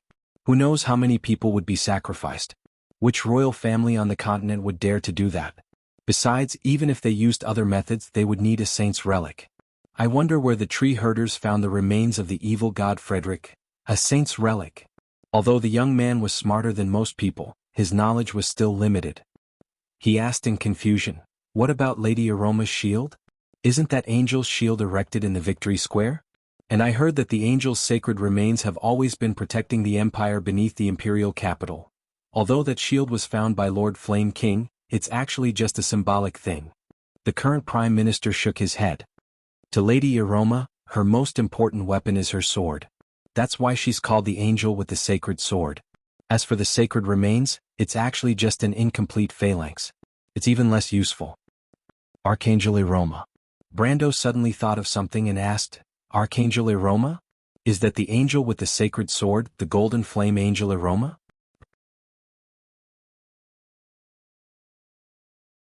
Chapter 1090. That's right. A voice came from inside the room. Sydney and Veronica walked out of another room with a straight face. From her face, it was obvious that the situation there was just as bad as here. Kohua walked out of the room on the left. This building was a small temple. It originally belonged to a god in the art field, but after the gods left for thousands of years, it had become a public gathering place. Everyone was in the main hall of the temple, and there were two smaller ceremonies going on at the same time in the side halls on the left and right. There were also dead people on the ground. They are simply lawless. Veronica's gloomy face was even worse than the statue of the Lion Palace's saintess. The latter was a cleric while she was a soldier. Soldiers could not tolerate some sneaky people acting unscrupulously on the land of the empire. However, this did not affect Kohua's mood. The she-wolf still looked indifferent, as if she had nothing to do with it. Evil gods and dusk species were the enemies of mankind, but the two had nothing to do with each other. The pride of the pure-blooded dusk species was no less than that of the gods, so she had reason to look down on these defective products. The three Valkyries followed behind her. These tall, heroic female Valkyries who were burning with pale white flames would always attract a lot of attention. The nobles all looked over, and the latter did not look away, showing the true temperament of a soldier. At this time, Brando did not care about hiding anything and showed all his forces. He was so powerful that even the former prime minister of the empire had to look up to him. How could this be the level of a noble in a remote area? Even the great noble families in the heart of the empire might not be at this level. After Brando received a positive answer, a trace of emotion appeared on his face. The Flame King found Aroma's shield? You even found its sacred remains? Veronica looked at the young man with some curiosity and replied, "Little guy, what's so strange about this? Rushta itself is a relic of a saint. This city is under the protection of the Angel of Aroma. Its outer walls are enchanted with powerful holy spells that can withstand any level of magic or physical attacks on the continent without leaving any traces. This city wall is known as the Invincible White Wall. Today, the scale of Lushta has expanded by several times and several districts have been built outside the outer wall. However, the outer wall of the city has never been rebuilt because of this reason." As she spoke, her voice involuntarily became softer. No matter how strong the fortress was, it would be breached from the inside. From the looks of it, this 1,000-year-old capital was facing the same predicament. Brendel did not mind her slightly hurt pride. He knew that Lust Tower was a holy relic, but he thought it was a relic left behind by the Flame King Gretel. He did not expect this to be the case. "Alcra, you said that Aroma's shield was erected in the Victory Square. Then where is the holy skeleton?" "It is said that it was buried under the statue of Iroma, my lord." "Aren't they afraid that someone will steal it?" "Who dares? Besides, ordinary people can't even get close to Aroma's statue. It's protected by the gods." "Very well." Everyone present suddenly felt a surge of confidence from the young Count Erwin. He looked up and looked around. "Let's go to the Victory Square." Little Nidevan was stunned. "Wait, there are Imperial Guards stationed there." His voice weakened again, "And it's not in the direct line to the Rose Garden." "It's fine." Brando replied nonchalantly, "Sharpening the axe will not delay the work of cutting wood." "Sharpening the axe will not delay the work of cutting wood." The old prime minister narrowed his eyes, as if trying to figure out what Brendel's intentions were. He asked with some praise, "Where did this proverb come from? It's quite concise and simple." Brando usually smiled at such questions without answering. Besides, those around him were already used to his strange but not unreasonable words. Endrique's lips moved in disdain. She wanted to say that it was a slang from his hometown. As for where his hometown was, it was far away. Anyway, it was not in Bucci. Brando turned to Alcra and said, "Alcra, I'm going to use your secret passage. Lead the way, we'll go to the Victory Square." "As you wish, my lord." The young man seemed to be used to Brando's way of doing things and did not question him. "Very well." Brando looked at him and said, "If there's a chance, I'm willing to bring you back to my territory." Alcra's face was filled with joy. Brando's words meant that he wanted him to become a servant. A servant of a noble was also half a noble. If he made a contribution, it would be easy for him to be recommended into the world of nobles. While he was just a commoner, the gap between the two identities had been removed with a single sentence from Brendel.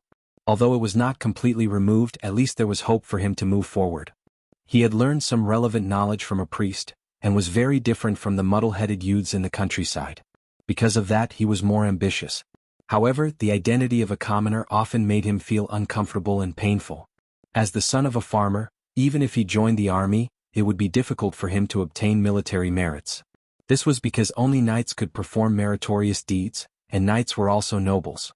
In the army, commoners were often regarded as the followers of knights, and their meritorious deeds should undoubtedly belong to the knights. This was also the biggest threshold between the two classes. He almost subconsciously wanted to agree, but at the last moment, he held himself back and said, "My lord, but Seti, you can bring her with you.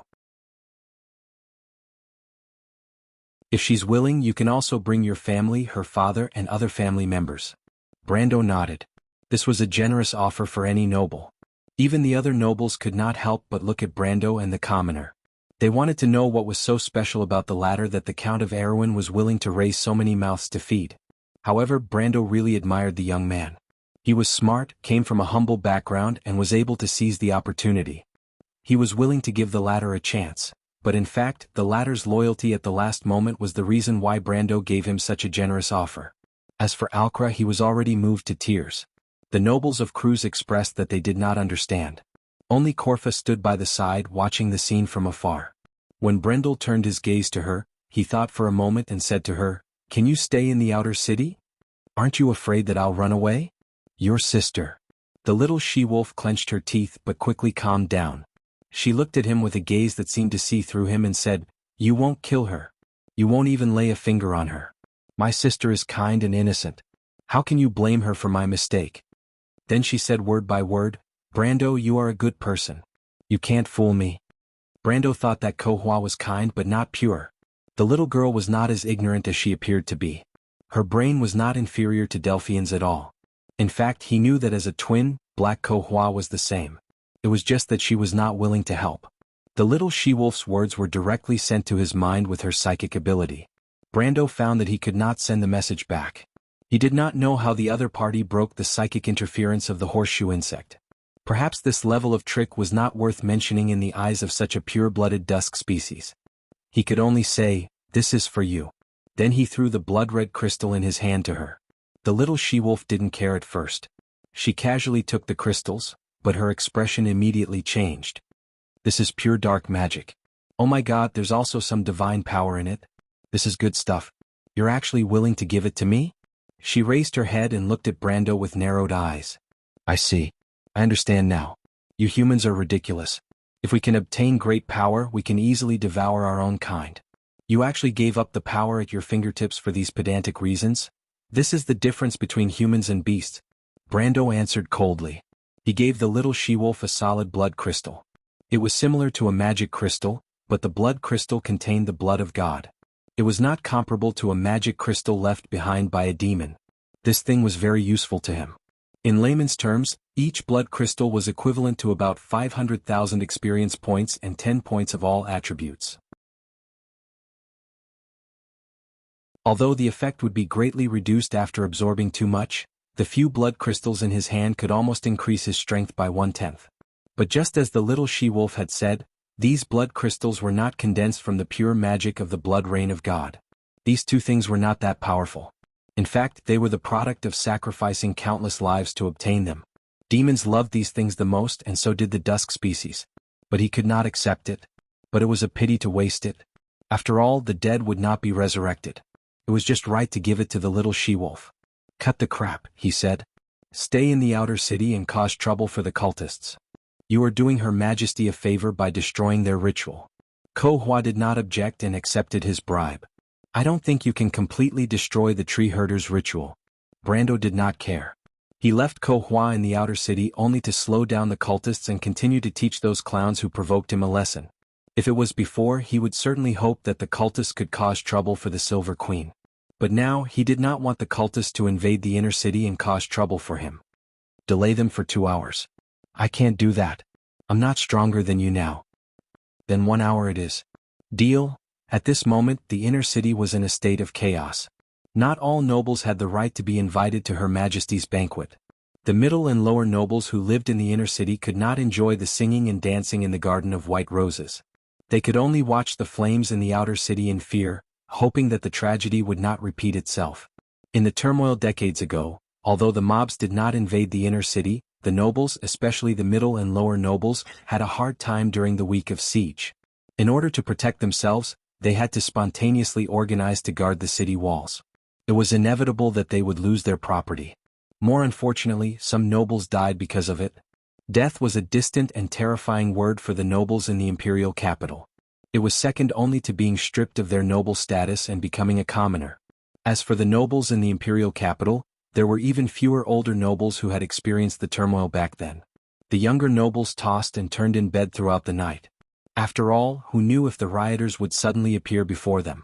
In a sense, their worries were not unreasonable. At this moment, the inner city's gates, walls, and fortresses had been reinforced by the imperial guards. Some of the knights of the Flame family had also participated in the defense work. But the situation was not as optimistic as imagined. Cassette was such a knight of the Flame family. As a knight of the Flame family, every one of them was a high-ranking member of the Holy Sanctum. At the same time, he was also an elite among the nobles of the empire. His title was a viscount, and he was born in a branch of the Kanna family. This family belonged to the Cecil family. It could be said that he was a member of the Holy Sanctum faction. His status was extremely high. As soon as he arrived at the city wall, he took over the defense work of this section of the city gate. He was fully deserving of the title of the highest-ranking officer. The original commander, a knight captain of the city guards, did not even dare to breathe loudly in front of him. This was a knight of the Flame family, a godlike figure in the eyes of the empire. But Cassette's expression was not much better than the knight captain's. Before he arrived, the mobs led by the cultists had launched 3 attacks on the city. Other than leaving a mess of corpses, they did not cause any damage. Although the inner city walls of Rushta did not have the effect of the angel's protection, it was not something that a group of mobs could take down with their bare hands. But this was not good news. As an experienced knight of the Holy Sanctum, Cassette had already seen that these cultists were deliberately wasting lives. Morale was meaningless to fanatics, but death was very meaningful to the cultists. The cultists were the disciples of the Black Flames, and not the All-for-One or the Sheephead cult.